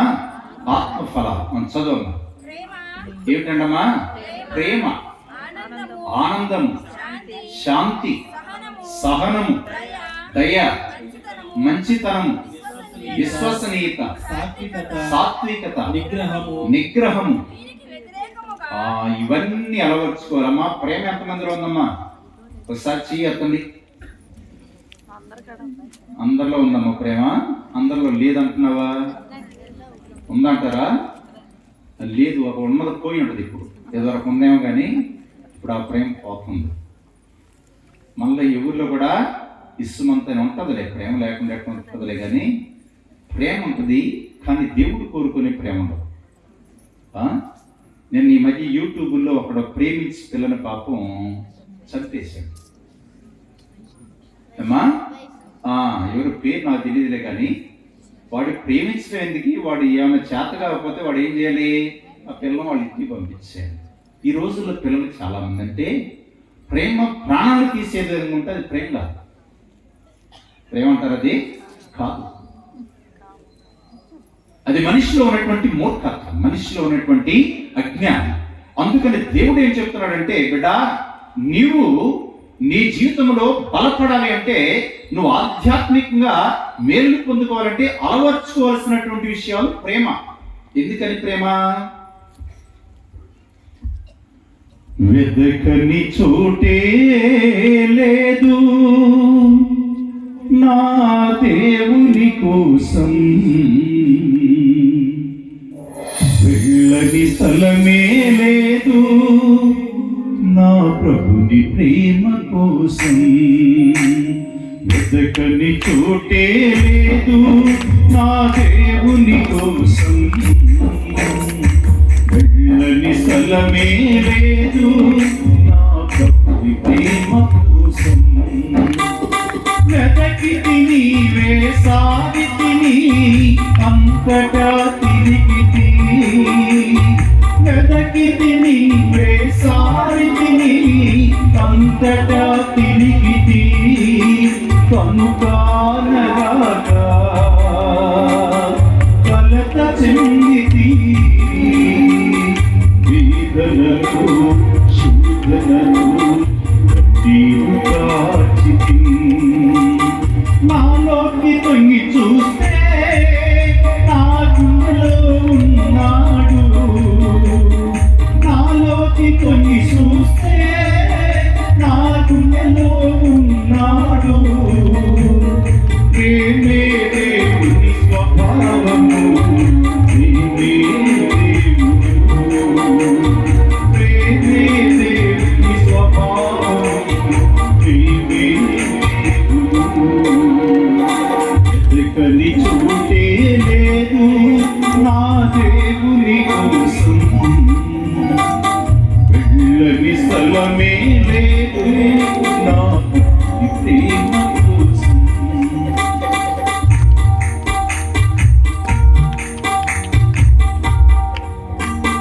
దిగువన ఎగిరే గువ్వలనడిగా నా ప్రభువెక్కడని, సుమధుర గానాల కోయిలనడిగా నా ప్రభువెక్కడని, జల జల పారి సెలయేటినడిగా, జల జల పారి సెలయేటినడిగా, ఇంటి నీదు ఇంటి నీదు జవాబే లేదు. నాలోకి తొంగి చూస్తే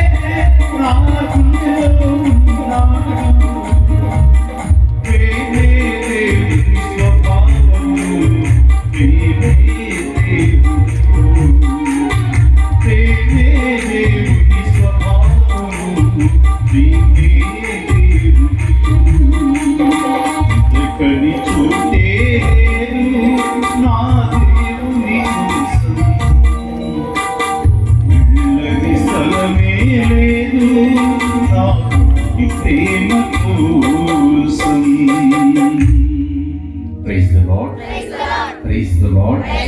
Praise the Lord. దేవుడు ఏమి అలవచ్చు అని చెప్తున్నాడమ్మా? ఏముండాలని చెప్తున్నాడు మనలో? ప్రేమ. మన బ్రతుకుని మార్చేది ఆ ప్రేమ, మన బ్రతుకుని బలపరిచేది ఆ ప్రేమి, మన బ్రతుకులో శాంతిని వసిగేది ఆ ప్రేమి, మన బ్రతుకులో ఆత్మీయమైనటువంటి ఆనందాన్ని సంతృప్తిని ఇచ్చేదే ఆ ప్రేమ.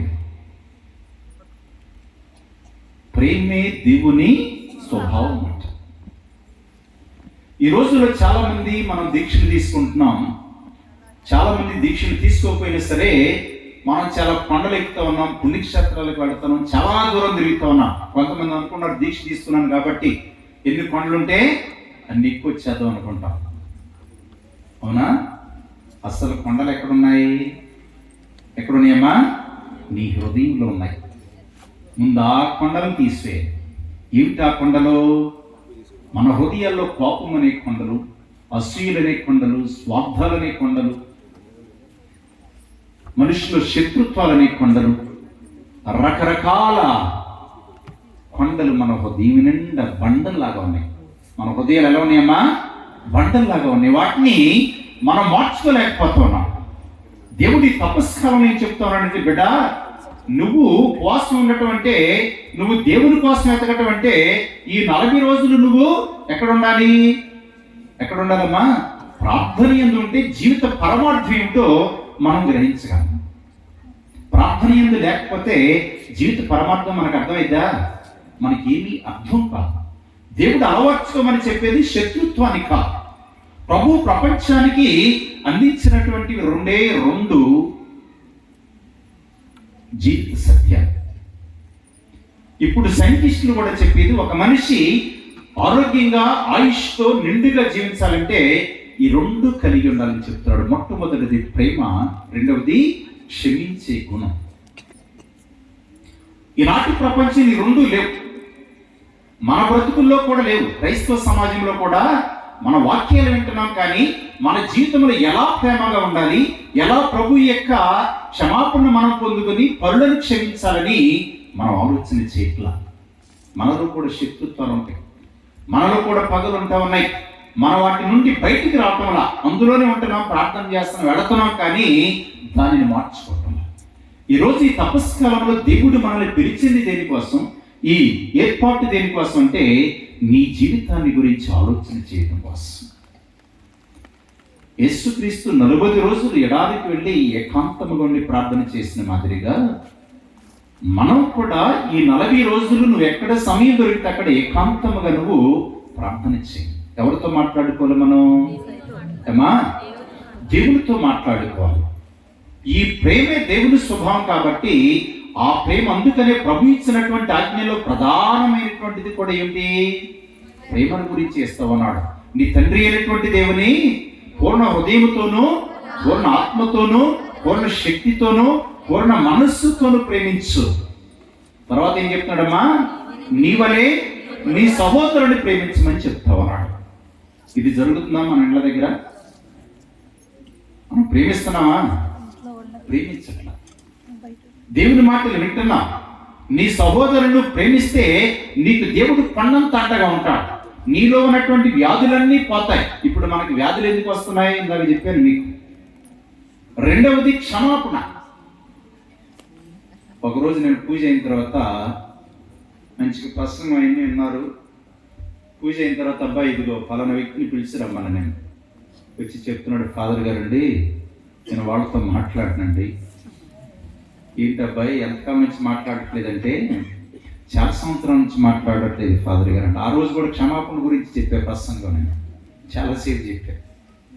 బాగా విన్నాడు, అంతా బాగానే ఉంది, బాగానే చెప్పారు ఫాదర్ గారు. ఏం చెప్తా ఉన్నాడు కానీ ఏం చేయట్లేదమ్మా, ప్రక్క వాళ్ళని పిలుచుదారా నాయన అంటే ఏం చెప్తున్నాడు? నేను వాళ్ళతో మాట్లాడనండి అంటున్నాడు. ఈరోజు మనలో కూడా ఉన్నారు చాలామంది. మనలో కూడా చాలామంది మన బంధువులతో మాట్లాడకుండా ఉంటాం, మన అన్నదమ్ములతో మాట్లాడకుండా ఉంటాను. ఇంకొక విచిత్రమైనటువంటి విషయం ఏంటంటే, ఈ రోజుల్లో బిడ్డలు కూడా తల్లిదండ్రులతో మాట్లాడట్లేదు. చాలా భయంకరమైనటువంటి విషయాలు ప్రపంచంలో మనం చూస్తున్నాం. క్రైస్తవ సమాజంలో కూడా ఇవన్నీ చూస్తున్నాం. శత్రుత్వాలు, వర్గతత్వాలు, విభేదాలు, మనుషుల్లో ప్రేమ లేనితనం, తల్లిదండ్రులు ప్రేమించకుండా ఉండటం. దేవుడు ఇచ్చినటువంటి ఆజ్ఞల్లో ఎన్నమ్మా? ఎన్ని? 4 ఆజ్ఞలా? ఎన్ని ఇచ్చాడు? 10 ఆజ్ఞలు ఇచ్చాడు. 4వది ఏమిటి? తల్లిదండ్రులను గౌరవించాలని చెప్తున్నాడు దేవుడు. మనం ఇప్పుడు తల్లిదండ్రులతో మాట్లాడట్లేదంటే అర్థం ఏంటి? నువ్వు గౌరవిస్తున్నట్లా, గౌరవించకుండా ఉన్నట్లా? ఏమా, మనం గౌరవించట్లా.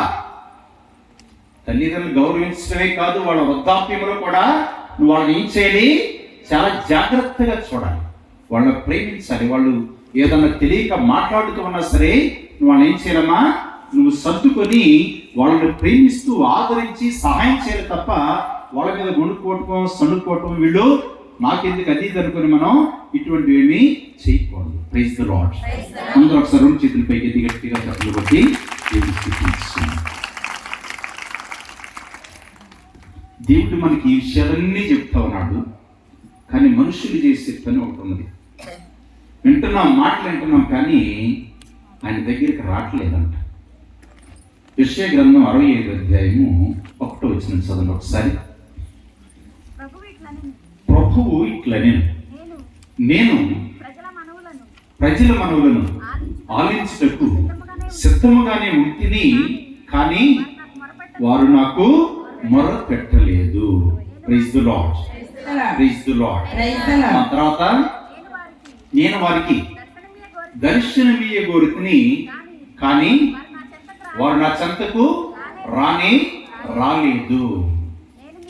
నేను మీకు సహాయపడుటకు ఎచ్చట ఉన్నాను అని పిలిచినను ఈ జనులు నా నామమున ప్రార్థన చేయలేదు. ఏం చేస్తున్నారు? చదువు, తర్వాత కూడా చదువు. నేను నిరంతరము చేతులు చాచి ఈ ప్రజలను నా చెంతకు ఆహ్వానించుతుంటిని, కానీ ఏమైపోయారంటమ్మా? ఇది మనం ఆలోచించారు. ఏమైపోయారు? గుండివారై, మూర్ఖులై, తమ దురాలోచనల ప్రకారమే వాళ్ళు జీవిస్తా ఉన్నారంట. ఈ వాక్యం ఎవరి గురించి చెప్తున్నాడు దేవుడు? ఎవరి గురించమ్మా? చెప్పండి అందరూ, ఎవరి గురించి? మన కోసం అనొద్దని చెప్పి మీకెవరి కోసం? అందరు గుండె మీద చేసుకుని ఒకసారి గట్టిగా చెప్పండి. ఎవరిని పిలుస్తున్నాడు దేవుడు? ఇక్కడ కూర్చున్నటువంటి మనందరం కూడా పేరు పెట్టి పిలుస్తున్నాడు. ఏమని చెప్తున్నాడు? బిడ్డ, నీ మనవులు ఆలించడానికి నేను ఇక్కడ సిద్ధంగా ఉన్నా.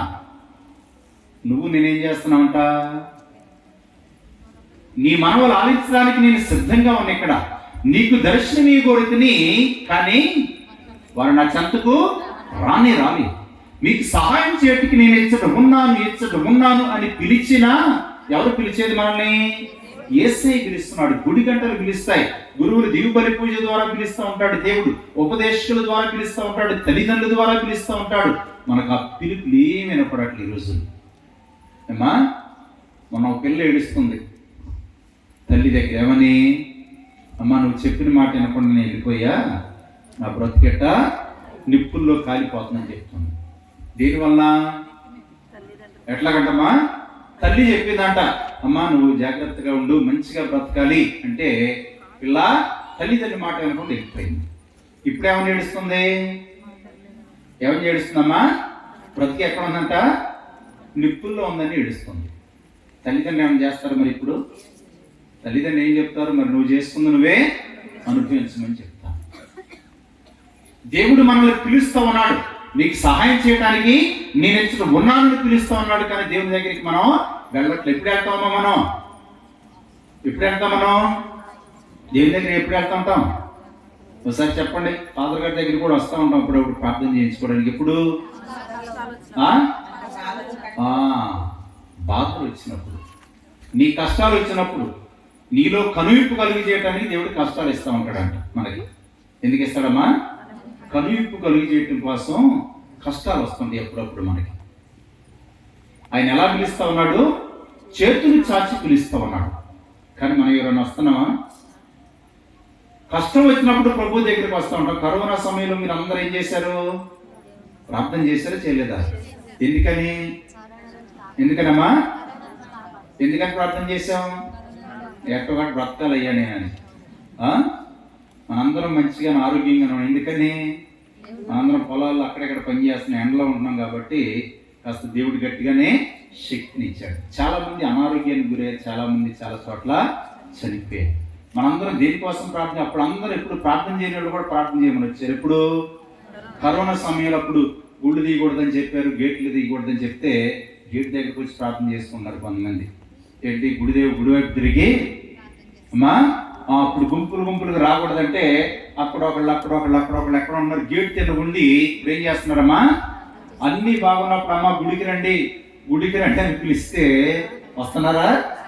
రాట్లా. ఇప్పుడు ఏం చేస్తున్నారు, గుడి మూసేసి ఉన్నప్పుడు గేట్ దగ్గరకు వచ్చి ప్రార్థన చేస్తున్నాం. అంటే దేవుడు మన కష్టాలు ఒట్టిగానే పంపించడం, ఏదో కారణం ఉంటుంది, ఏదో ఒకటి కనువిప్పు కలిగి చేయడం కోసం ఆయన మన మధ్యలోకి పంపిస్తూ ఉంటాడు. ఒకసారి సొలొమోను జ్ఞాన గ్రంథం 16వ అధ్యాయము 6వ వాక్యం చదవండి. 16వ అధ్యాయం 6వ వాక్యం.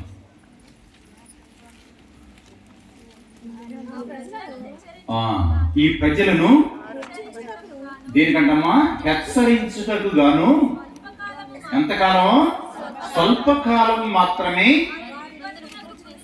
వారిని విపత్తునకు గురి చేస్తుని అటు పిమ్మట రక్షణ చిహ్నమును వసగితిని. వారు ధర్మశాస్త్రము పాటింపవలెనని తెలుపుటకే దానిని వసగితిని. Praise the Lord, praise the Lord. అందరూ ఒకసారి రెండు చేతులు పైకి గట్టిగా చప్పట్లు కొట్టి దేవుని స్తుతిస్తున్నాం. కాళ్ళు ఎప్పుడు పడుతున్నాయి ఎవరికన్నా, ఒక్కసారి నిలబడని చెప్తాను. ఎందుకంటే నేను మీరు వచ్చిన దాని నుంచి నిలబెట్టలా, ఒకసారి నిలబడి ఆత్మగీతం ఒక్క 2 లైన్లు పాడతాను. కొద్ది ముందు చదువుకుంటాను, వెనకాల అందరూ నిలబడండి, కొద్దిగా చదువుకుంటాను. 2 అడుగులు చదువుకోతారు. పిల్లలు ఉన్న వాళ్ళు అక్కడ ఉండి, పిల్లలు లేనటువంటి వాళ్ళు ముందుకు రండి అమ్మ. అలా పిల్లలు ఎత్తుకున్న వాళ్ళు జరగటం కష్టం.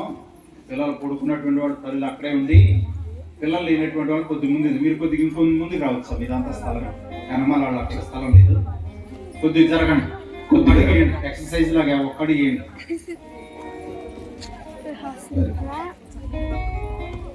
ఒకసారి అందరూ రెండు చేతులు పైకి గట్టిగా చప్పులు కొట్టి తీసుకున్నాం. చేతులు పైకి ఎత్తాలి, ఎట్టేది కాదు. పైకి ఎత్తడం అంటే ఎట్లా పైకి ఇంకా బాగా రెండు చేతులు బాగా పైకి ఎత్తాలి. Praise the Lord, praise the Lord, praise the Lord, praise the Lord. మనందరం దేవుని యొక్క వాక్యం ఆలకిస్తున్నాం. ఈ సమయంలో దేవుడు తన ఆత్మను పంపి మనం వినే వాక్కు మనం అర్థం చేసుకుని మన జీవితాలకు అన్వయించుకొని జ్ఞానంతో బ్రతకడానికి దేవుని ఆత్మను దయచేయమని ప్రార్థన చేద్దాం. ఓ పావనాత్మా మాపై దిగిరా, ఓ పావనాత్మా మాపై దిగిరా, ఓ పావనాత్మా మాపై దిగిరా, ఓ పావనాత్మా మాపై దిగిరా, ఓ పావనాత్మా మాపై దిగిరా, మాపై దిగిరా. ఆదియు జలముల పైన ఆరాడిన ఆత్మ మాపై దిగిరా, ఆదియు జలముల పైన ఆరాడిన ఆత్మ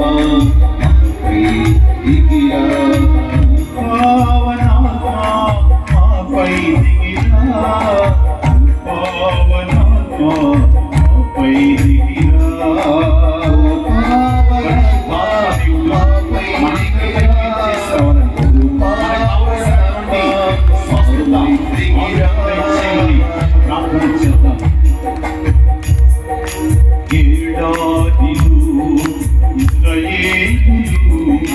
నడిపిన ఆత్మ మాపై దిగిరా, ఏడాదిలో ఇంద్రయేలు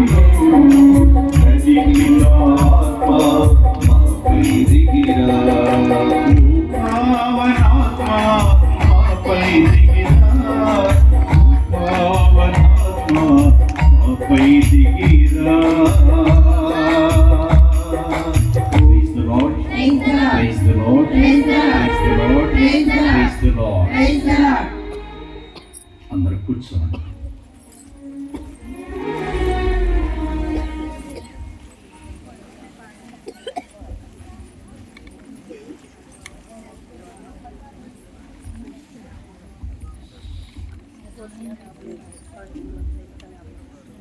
అమ్మ, దేవుడు ఎవరిని పిలుస్తున్నాడు చెప్పండి ఇప్పుడు? ఎవరిని? ఎవరిని పిలుస్తున్నాడు? సహాయం చేయటానికి రమ్మంటున్నాడు, దర్శనం ఇవ్వటానికి రమ్మంటా ఉన్నాడు, నీ విన్నపాలు ఆలకించడానికి రమ్మంటా ఉన్నాడు. కానీ మనం ఏమైపోయామా? ఆ మూర్ఖులైపోయి, అజ్ఞానులైపోయి తమ దురాలోచనల ప్రకారమే తాము వెళ్ళిపోయారని చెప్తున్నాడు దేవుడు. నా మాట కాదు, దేవుడే చెప్తున్నాడు స్వయం. మరి ఇప్పుడు మనం అజ్ఞానులుగా మూర్ఖులుగా వెళ్ళిపోదామా? లేకపోతే దేవుడు పిలిస్తే ఆ పిలుపును ఆలకించి, దేవా ఎన్నాళ్ళు నేను గ్రహించలేక అజ్ఞానంతో మూర్ఖత్వంతో నా దురాలోచన ప్రకారం నేను వెళ్ళిపోయా, కనీసం ఈ సంవత్సరమైనా సరే ఈ తపస్కాలంలో నీ మాట విని నీ సన్నిధిని చేరి నిన్ను ఆత్మీయంగా ఆరాధించే భాగ్యాన్ని నాకు దయచేయి తండ్రి అని మనం మనస్సారా దేవుని ప్రార్థన చేద్దామా? ఏం చేద్దాం? మరలా వెళ్ళిపోదామా లేకపోతే దేవుడి దగ్గరికి వద్దామా? చెప్పండి. ఎలా పిలుస్తున్నాడంటే మనల్ని? అందరూ ఒకసారి అటు సిల్వ ఎక్కి చూడండి, నా లేకుండా ఒక్క నిమిషం అటే చూడండి, ఒక్క నిమిషం. ఎవరిని పిలుస్తున్నాడు ఆయన? ఎవరినమ్మా? చెప్పాలి అందరూ. ఎవరిని? నన్ను ఆయన పిలుస్తున్నాడు. నన్ను ఆయన ఎందుకు పిలుస్తున్నాడు? ఎందుకు పిలుస్తున్నాడు? శిలువ మీద ఉంది మనల్ని దించమని పిలుస్తున్నాడా? ఏమ్మా, అయ్యా నేను బాధలో ఉన్నాను కాదు దించమని పిలుస్తున్నాడా? దేనికి పిలుస్తున్నాడు ప్రభు? మనల్ని క్షమించడానికి, మన మీద ఉన్నటువంటి అపారమైనటువంటి ప్రేమ వలన, బిడ్డ నీ బ్రతికి ప్రపంచంలో వినాశనము కాకూడదు, నువ్వు నా సన్నిధికి రా, నీ మనవి నేను ఆలకిస్తాను, నీకు స్వస్థతనిస్తాను, నీకు సహాయపడతాను, నీకు దర్శనమిస్తాను, నా దగ్గరికి రమ్మని పిలుస్తావు అన్నాడు. కాబట్టి ప్రభువుని మనందరం కూడా ప్రేమించే బిడ్డలుగా ఆయన సన్నిధికి రమ్మంటా ఉన్నాడు. ఆయన మనల్ని ప్రేమిస్తున్నాడు కాబట్టి ఎలా ఉన్నాడమ్మా? ఎలా ఉన్నాడు? ఎందుకయ్యా యేసయ్యా నాపై ఇంత ప్రేమ, పాపిని నా కొరకు నీకు ఏలా సిలువ శ్రమ,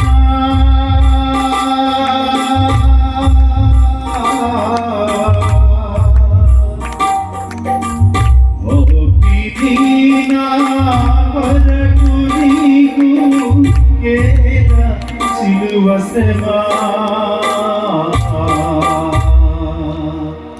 ఎందుకయ్యా యేసయ్యా నాపై ఇంత ప్రేమ,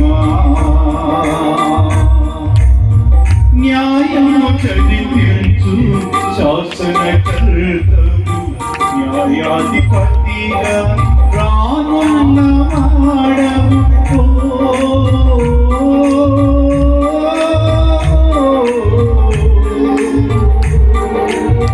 న్యాయము చదివించు శాసనకర్తవు, న్యాయాధిపతిగా రానున్న వాడవు, లోకాధికారుల తీర్పుకు తల వంచి కొండల నడుమ మరణించినావా,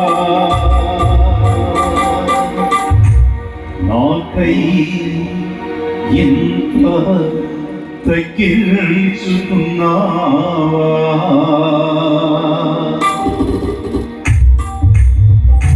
ఎందుకయ్యా యేసయ్యా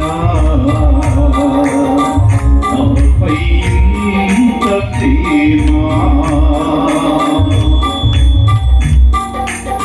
పాపిని నా కొరకు నీకు ఏలా సిలువ శ్రమ,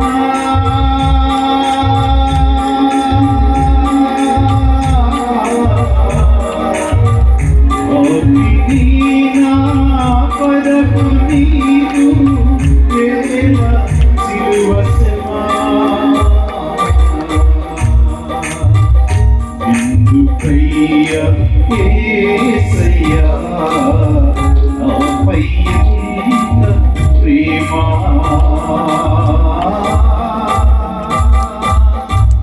praise the Lord, praise the Lord, praise the lord.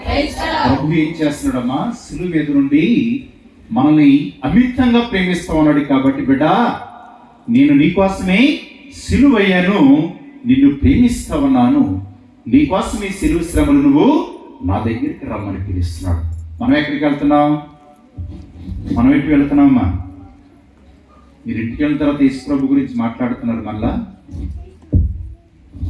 మన ఊర్లో ఎవరన్నా ఒక యువకుడు అంత శ్రమలు పడ్డాడు, లేకపోతే అంతకంటే కొద్దిగా తక్కువ ఏదో కొద్దిగా శ్రమ పడి ఎవరికో ఏదో చేశాడు అనుకోండి, ఊరంతా ఏం చేస్తాం? వెళ్ళి ఇంటికెళ్ళి ఎవరి గురించి మాట్లాడతాం?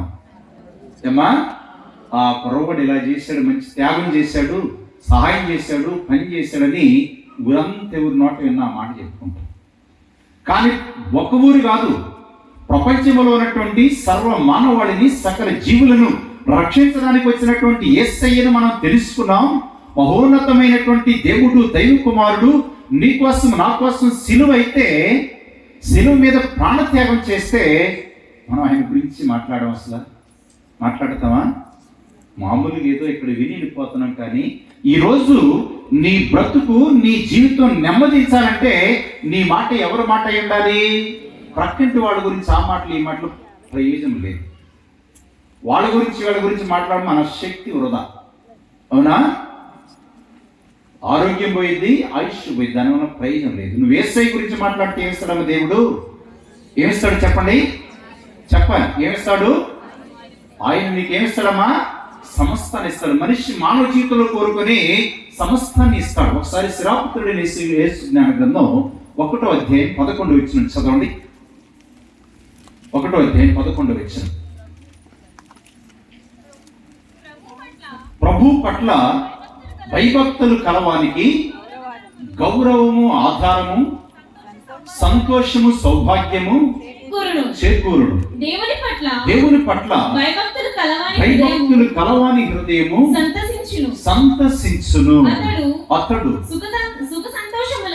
సుఖ సంతోషములతో దీర్ఘకాలము జీవించును. మానవ ప్రపంచంలో మనిషి కోరుకునే అన్ని కూడా ఇక్కడ ఇస్తానని చెప్తున్నాడు. ఏమిటి? మనం అందరం కూడా గౌరవించబడాలనుకుంటాం. ప్రభు అందుకనే చెప్తున్నాడు, నువ్వు ఇతరులు నీకేం చేయాలని నువ్వు అనుకుంటావో అదే నువ్వు ఇతరులకు చేయమని చెప్తున్నాడు. అంటే ఎవరన్నా మనం తిట్టాలనుకుంటామా? అనుకుంటారు. ఎంతమంది అనుకుంటారా? అందరూ నన్ను తిడితే బాగుంది ఈరోజు అని అనుకుంటారు ఎవరన్నా? అందరు నన్ను తిడితే బాగుండు అనుకుంటారు ఎవరైనా? అందరు నా మీద కోప్పడితే బాగుండు అనుకుంటామా? ఏమనుకుంటాం మనం? అందరు నాతో ప్రేమగా ఉంటే బాగుండని ఆలోచన ఇచ్చేస్తాం. అంటే మనకి గౌరవం కావాలి, ఆధారం కావాలి, మనకి దీర్ఘాయుష్ కావాలి, మనకి దేవుని ఆశీస్సులు కావాలి. ఇవన్నీ ఎవరికి దొరుకుతాయి అంట? ఎవరికి దొరుకుతాయమ్మా? చెప్పాలి అందరు. ఎవరికి? అందరు చెప్పాలి. ఎవరికి? దేవుని పట్ల భయభక్తులు కలవానికి దొరుకుతాయి. అందరికి దొరకవు. చాలా మంది క్రైస్తవ ప్రపంచంలో వచ్చి ప్రార్థన చేస్తూ ఉంటాం. ఆ ప్రార్థన ఎలా ఉండాలి? పెదవులతో ఉండే ప్రార్థన దేవుడు ఆలకించాలంట. అన్న ఎలా ప్రార్థన చేసిందో మీకు తెలుసా? ఎలా చేసిందంటమ్మా? హృదయంతో ప్రార్థన చేసింది. సమూయేలు మొదటి గ్రంథం 1వ అధ్యాయం 13వ వాక్యం చదవండి ఒకసారి. ఎలా ప్రార్థన చేసింది? త్వరగా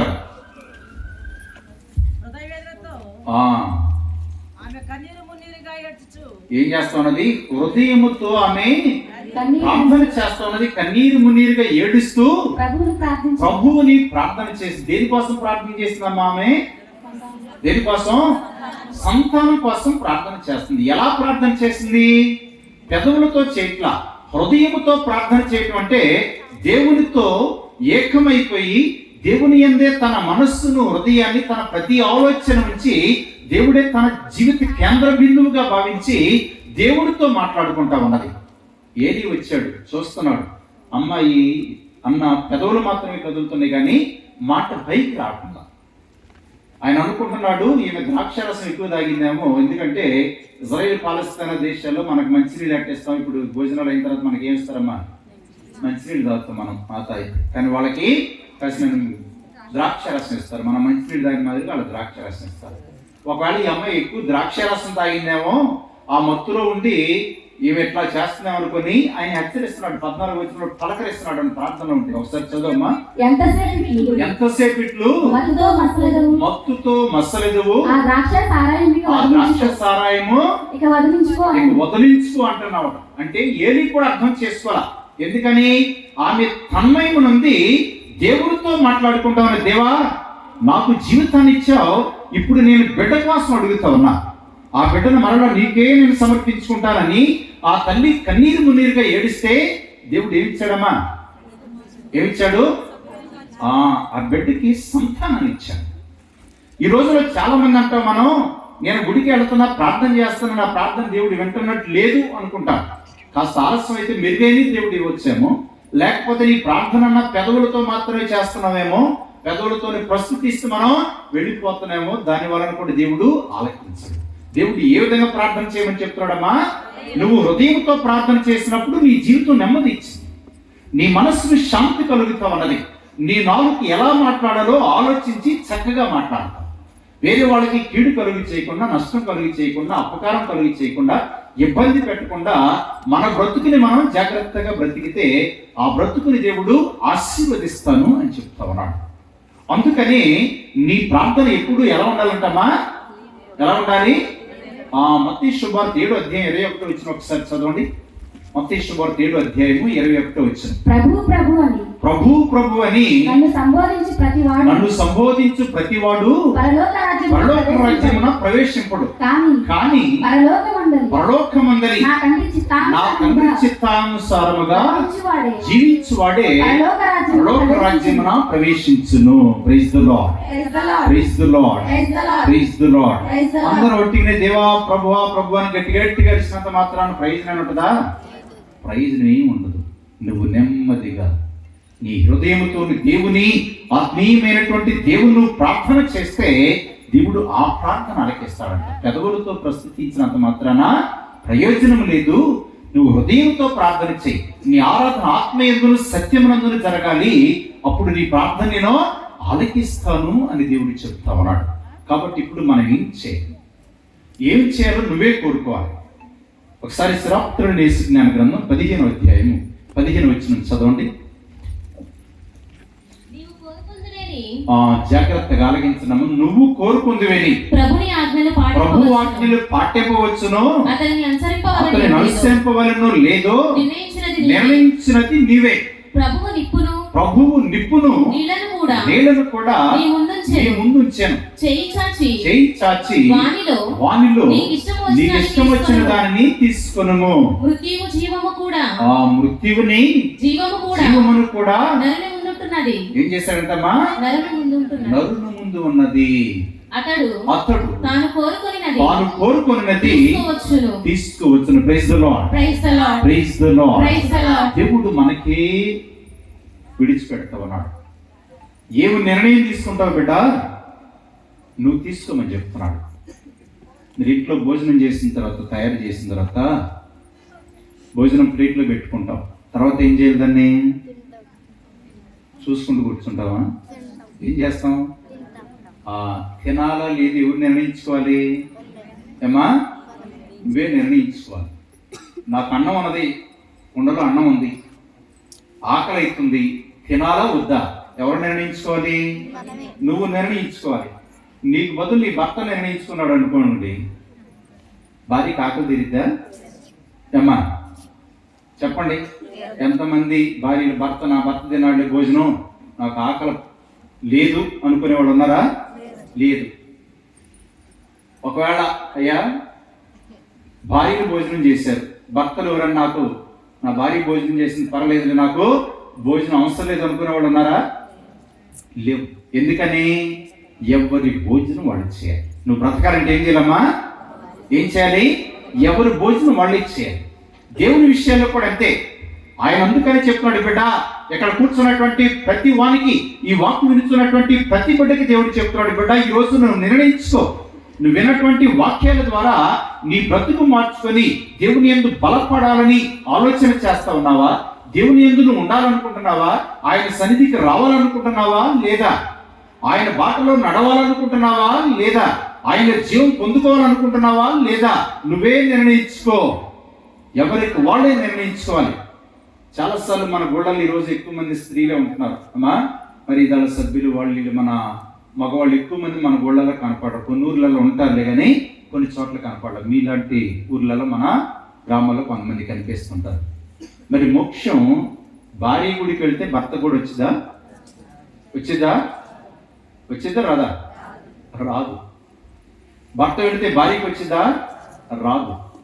ఎవరికి వాళ్ళే, ఈ సృష్టిలో ఉన్నటువంటి ప్రతి మనిషి ఎవరికి వాళ్ళే నిర్ణయం తీసుకోమని చెప్తున్నాడు దేవుడి. బిడ్డ, నీ ముందు నేను నిప్పును ఉంచాను, నీటిని ఉంచాను. నీ ముందు నేను జీవాన్ని ఉంచాను, మరణాన్ని ఉంచాను. నీకేమి కావాలో దానిని తీసుకొని వెళ్ళమని చెప్తున్నాను. మనకేం కావాలి అమ్మా? మనకేం కావాలి? జీవం కావాలి. ఏం కావాలి? దేవుని జీవం కావాలి. ఎందుకంటే దేవుడి జీవం మనలో ఉన్నది. మనందరిలో ఉన్నటువంటి ఆత్మ జీవం ఎవరిది? ఏమ్మా, మనందరిలో ఏమున్నది? ప్రాణం ఉందా? ఈ ప్రాణం ఎవరిది? దేవుడు ఇచ్చింది. అందరం ఒకటే. మనం సృష్టిలో ఉన్నటువంటి మనుషులందరూ కూడా దేవుడి తన ఊపిరిని పోస్తేనే మనం వచ్చాం. కానీ ఇప్పుడు మనుషులు ఏం చేస్తా ఉన్నారంటే, నేను నిన్ను బాధపడితే నిన్ను బాధపెడుతున్నాను అనుకుంటా. నిన్ను బాధ పెట్టట్లా, నేను ఎవరిని బాధ పెడుతున్నా? దేవుణ్ణి బాధ పెడతా ఉన్నా. నిన్నేదైనా మాట అంటా ఉన్నా, ఎవరైనా మాట అనేది మనం అంటే ప్రతి మనిషిలో కూడా దేవుడు ఉన్నాడు అన్నటువంటి సత్యాన్ని మనం గ్రహిస్తే మనం ఎవరిని మాట, ఎవరిని నిందించం, ఎవరిని మనం అనవసరంగా మన నాలుగుతో అవమానించం. అనవసరమైనటువంటి మాటలు వాళ్ళ గురించి వీళ్ళ గురించి ఉన్నాయి లేనిపోయి కల్పించి మాట్లాడడం. అవునా? ఏం చేస్తాం మనం? మన జీవితం ఎట్లాగో వేరే వాళ్ళ జీవితం అలాగే, మన జీవితానికి మనకి ఇచ్చినటువంటి జీవమే వేరే వాళ్ళకు కూడా ఇచ్చాడు, వేరే వాళ్ళలో కూడా దేవుడు ఉన్నాడు అని నువ్వు గ్రహిస్తే అందరూ అప్పుడు ఎలా ఉంటామా? ప్రేమతో ఉంటాం. ఈ ప్రేమనే దేవుడు కోరుకోలేదు. మనుషులు విభేదాలు దేవుడు కోరుకోవటంలా అందరూ కలిసి ఒక కుటుంబంగా దేవుడు ఉండాలని ఆయన కోరుకుంటూ ఉన్నాడు. ఉండాలి అంటే మనం ఏం కోరుకోవాలి? దేవుడు కోరుకుంటున్నాడు మనందరం ఒక కుటుంబంగా ఉండాలని. ఆయన జీవం కోరుకోవాలి. ఎంతమంది దేవునికి జీవం కావాలమ్మా? ఎంతమందికి దేవునికి జీవం కావాలి అని చెప్తున్నాడు. మీ ముందు జీవాన్ని ఉంచా, మరణాన్ని ఉంచా అని చెప్తున్నాడు. ఎంతమందికి కావాలి? అందరికీ దేవుడికి కావాలి. తాగుతుందా? చెప్పాను కదా, ఎవరు భోజనం వాళ్ళే చేయాలని. అమ్మా, అందరు భోజనం మనం ఒక్కడే చేయగలమా? చేయంగా. ఏం చేయాలి? ఇప్పుడు ఎవరి భోజనం వాళ్ళకే కావాలి. చేయత్తని ఇప్పుడు ఎవరికి జీవం కావాలి? ఆ తర్వాత దేవుని ఆశీస్ కావాల్సినటువంటి వాడు ఇంకొక చేయత్తలు పైకి, రెండు చేతుల పైకి ఒకసారి గట్టిగా చప్పట్లు కొట్టి దేవుని స్తుతిస్తున్నాం. దేవుడు మరి ఎందుకు మనల్ని ఇంతగా ప్రేమిస్తున్నాడంటే, మనల్ని ఆయన సృజించాడు, తన ఆత్మనిచ్చాడు, తన జీవాన్ని ఇచ్చాడు. కాబట్టి మనం దేవునికి అమూల్యమైనటువంటి వాడు. ఈ రోజుల్లో పిల్లలు చెప్తూ ఉంటారుగా, నువ్వంటే నాకు ప్రేమ ఎక్కువ, ఇష్టం ఎక్కువ, లేకపోతే అభిమానం ఎక్కువ అని అందరం చెప్తూ ఉంటాం.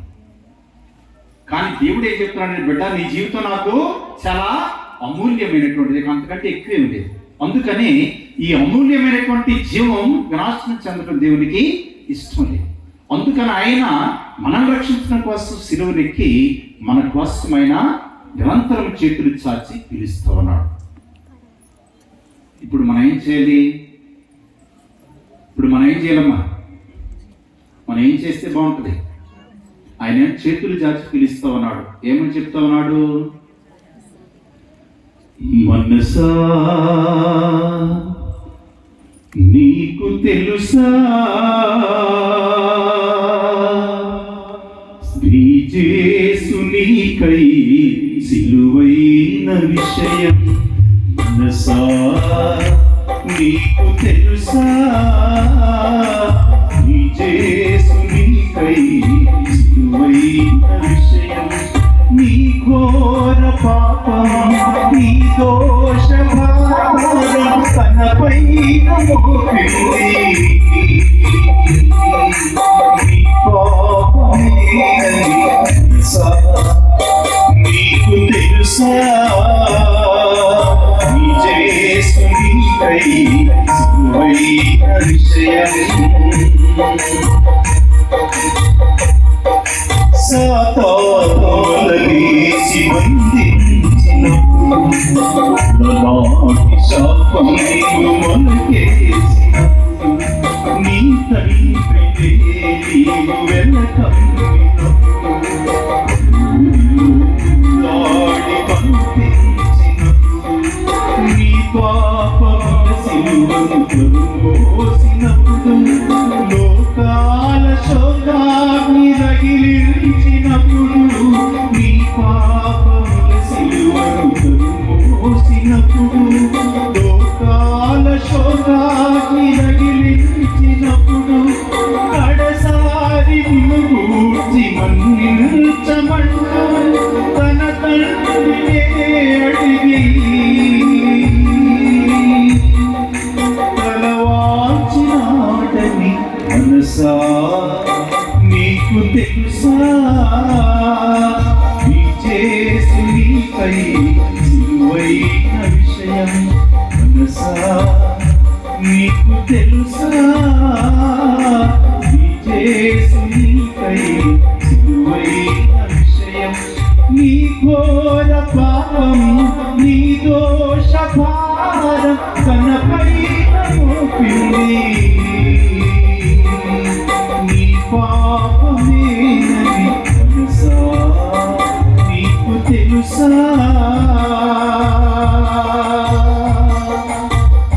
నీ చేసి నీకై సిలువైన విషయం.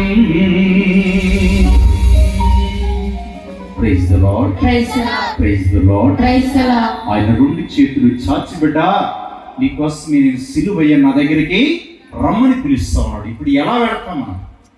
ఎలా వెళ్ళాలి ఆయన దగ్గరికి?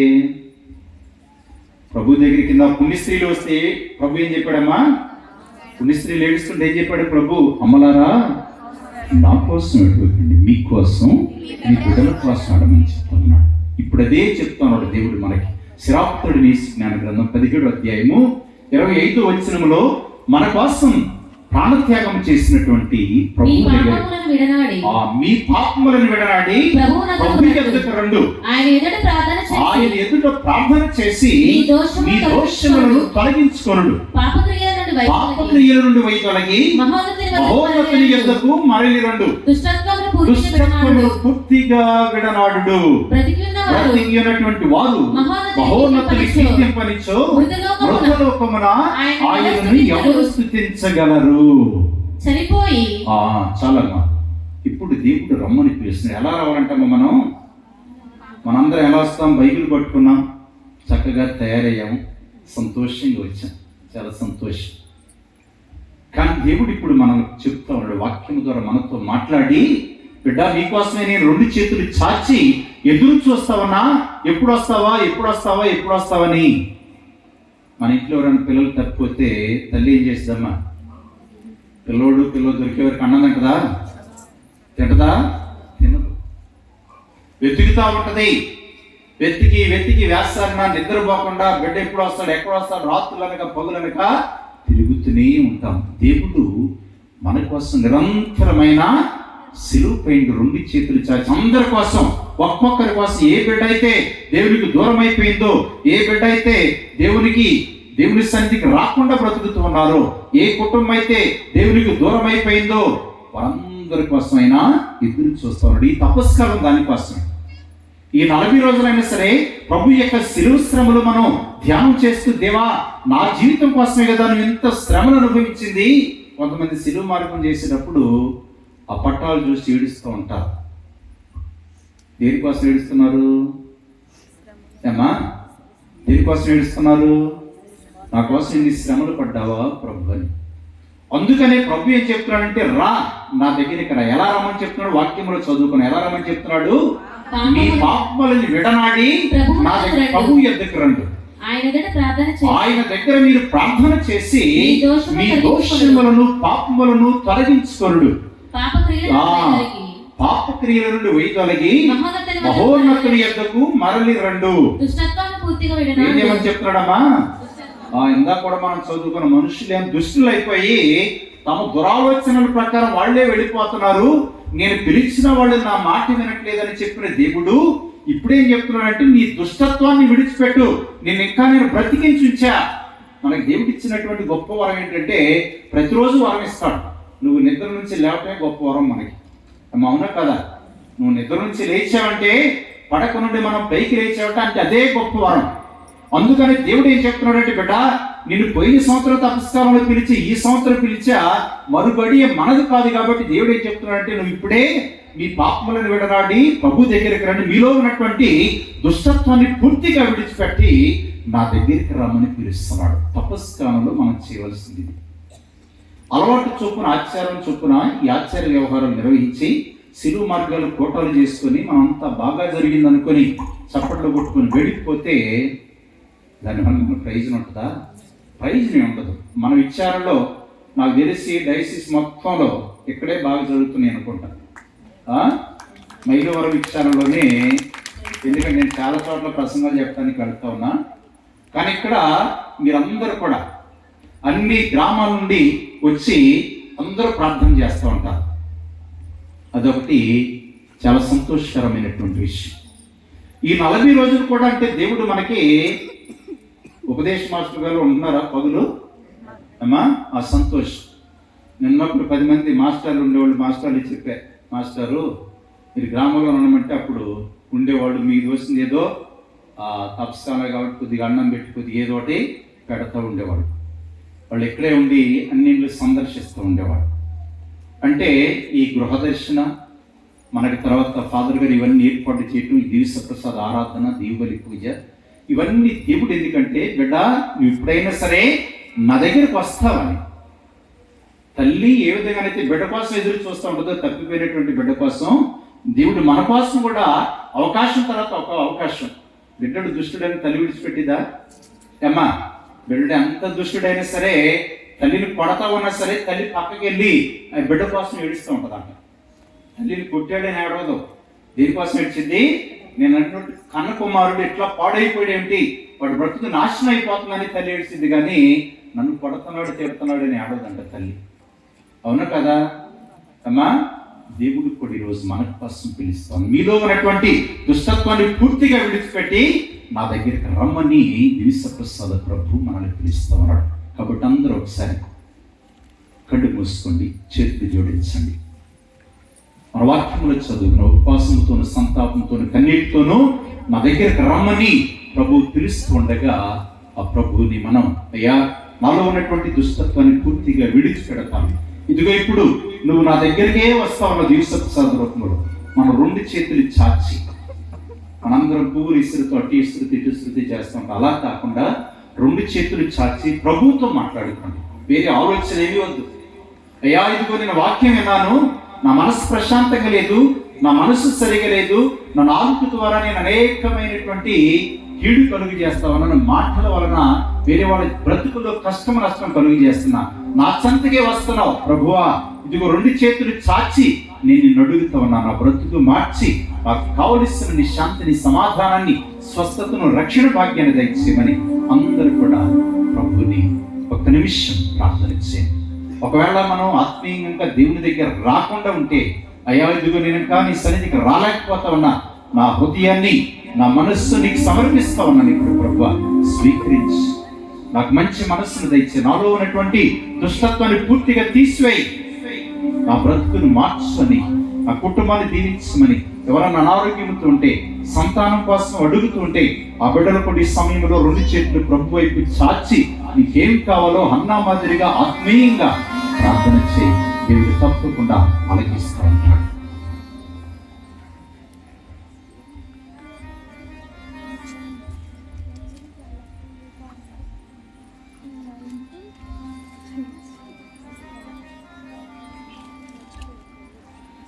మన బిడ్డల కోసం ప్రార్థన చేయండి. మన బిడ్డలు చాలా మంది దైవ సన్నిధికి రాకుండా ఉన్నటువంటి వాడు ఉన్నారు. మన కుటుంబాల్లో చాలా మంది త్రాగుడికి బానిసలకు బతుకుతున్నారు. కుటుంబాలలో భార్యని హింసించే భర్తలు ఉన్నారు. మనం ఆ విధంగా కాకుండా ప్రేమతో జీవించే బిడ్డలుగా తయారు చేయమని ప్రభువుని మనందరం కూడా ప్రార్థించాము.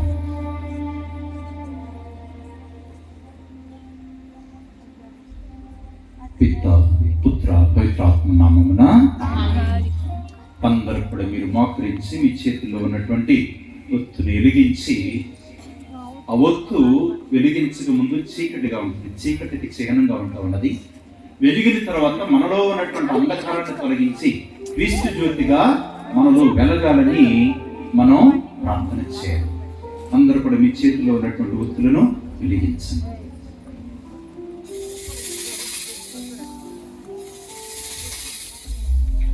అందరూ లేచి నిలబడదాం. లేచి నిలబడి మనకు ఇవ్వబడిన ప్రవృత్తిని వెలిగించుకుందాం పిల్లరా. ఇప్పటి వరకు మన గురువులు పరిశుద్ధ వాక్కుతో మన జీవితాన్ని, మన హృదయాన్ని, మన గ్రామాన్ని వెలిగించి ఉన్నారు.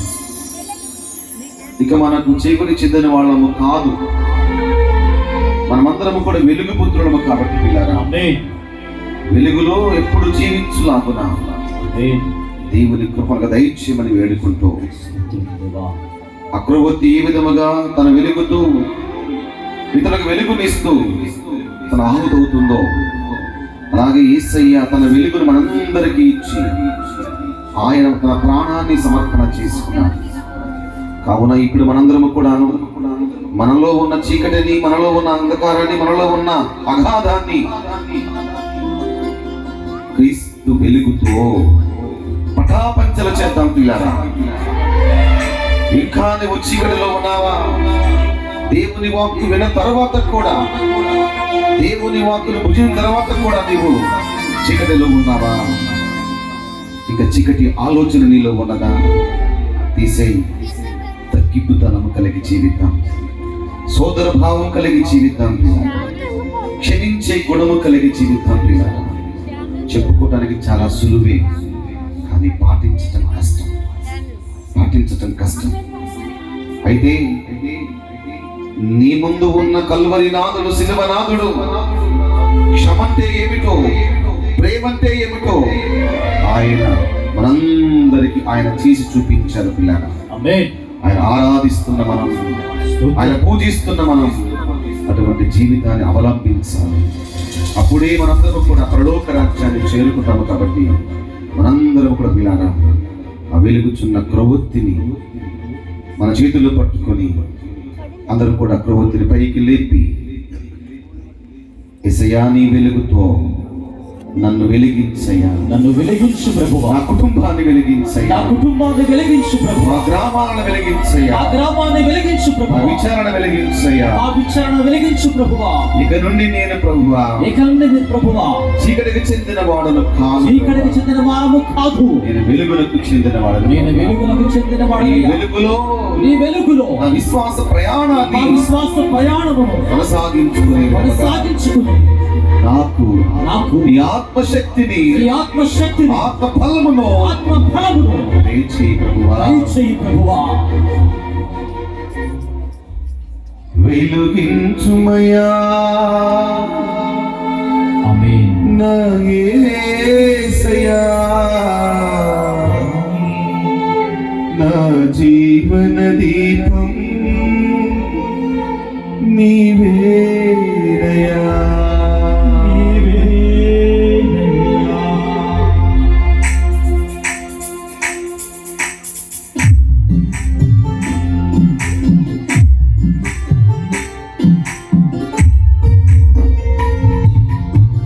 అందరూ వెలిగించుకోండి. నీ చేతులు ప్రవృత్తి ఉండాలి.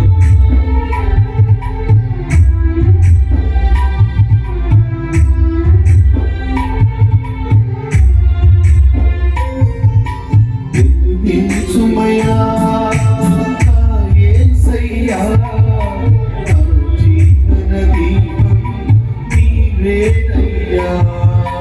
వెలిగించుమయ్యా యేసయ్యా, నా జీవన దీపం నీవేనయ్యా. వెలిగించుమయ్యా యేసయ్యా, నా జీవన దీపం నీవేనయ్యా. వెలిగించుమయ్యా యేసయ్యా, నా జీవన శరణం శరణం శరణం దేవా శరణం శరణం శరణం దేవా శరణం శరణం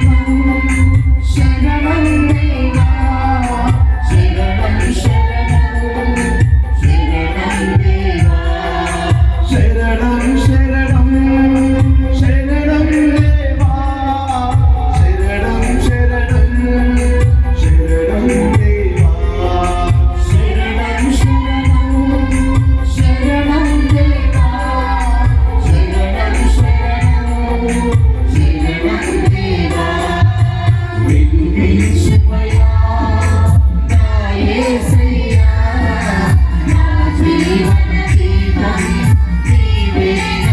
అందరూ పాడాలి అందరూ పాడాలి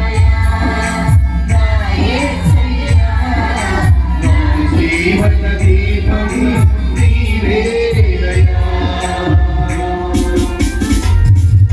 యేసయ్యా నిన్ను చూడలేని కన్నులు ఎందుకయ్యా నాకు నిన్ను కోరుకోలేని బ్రతికెందుకయ్యా నాకు ఇదిగో ప్రభువా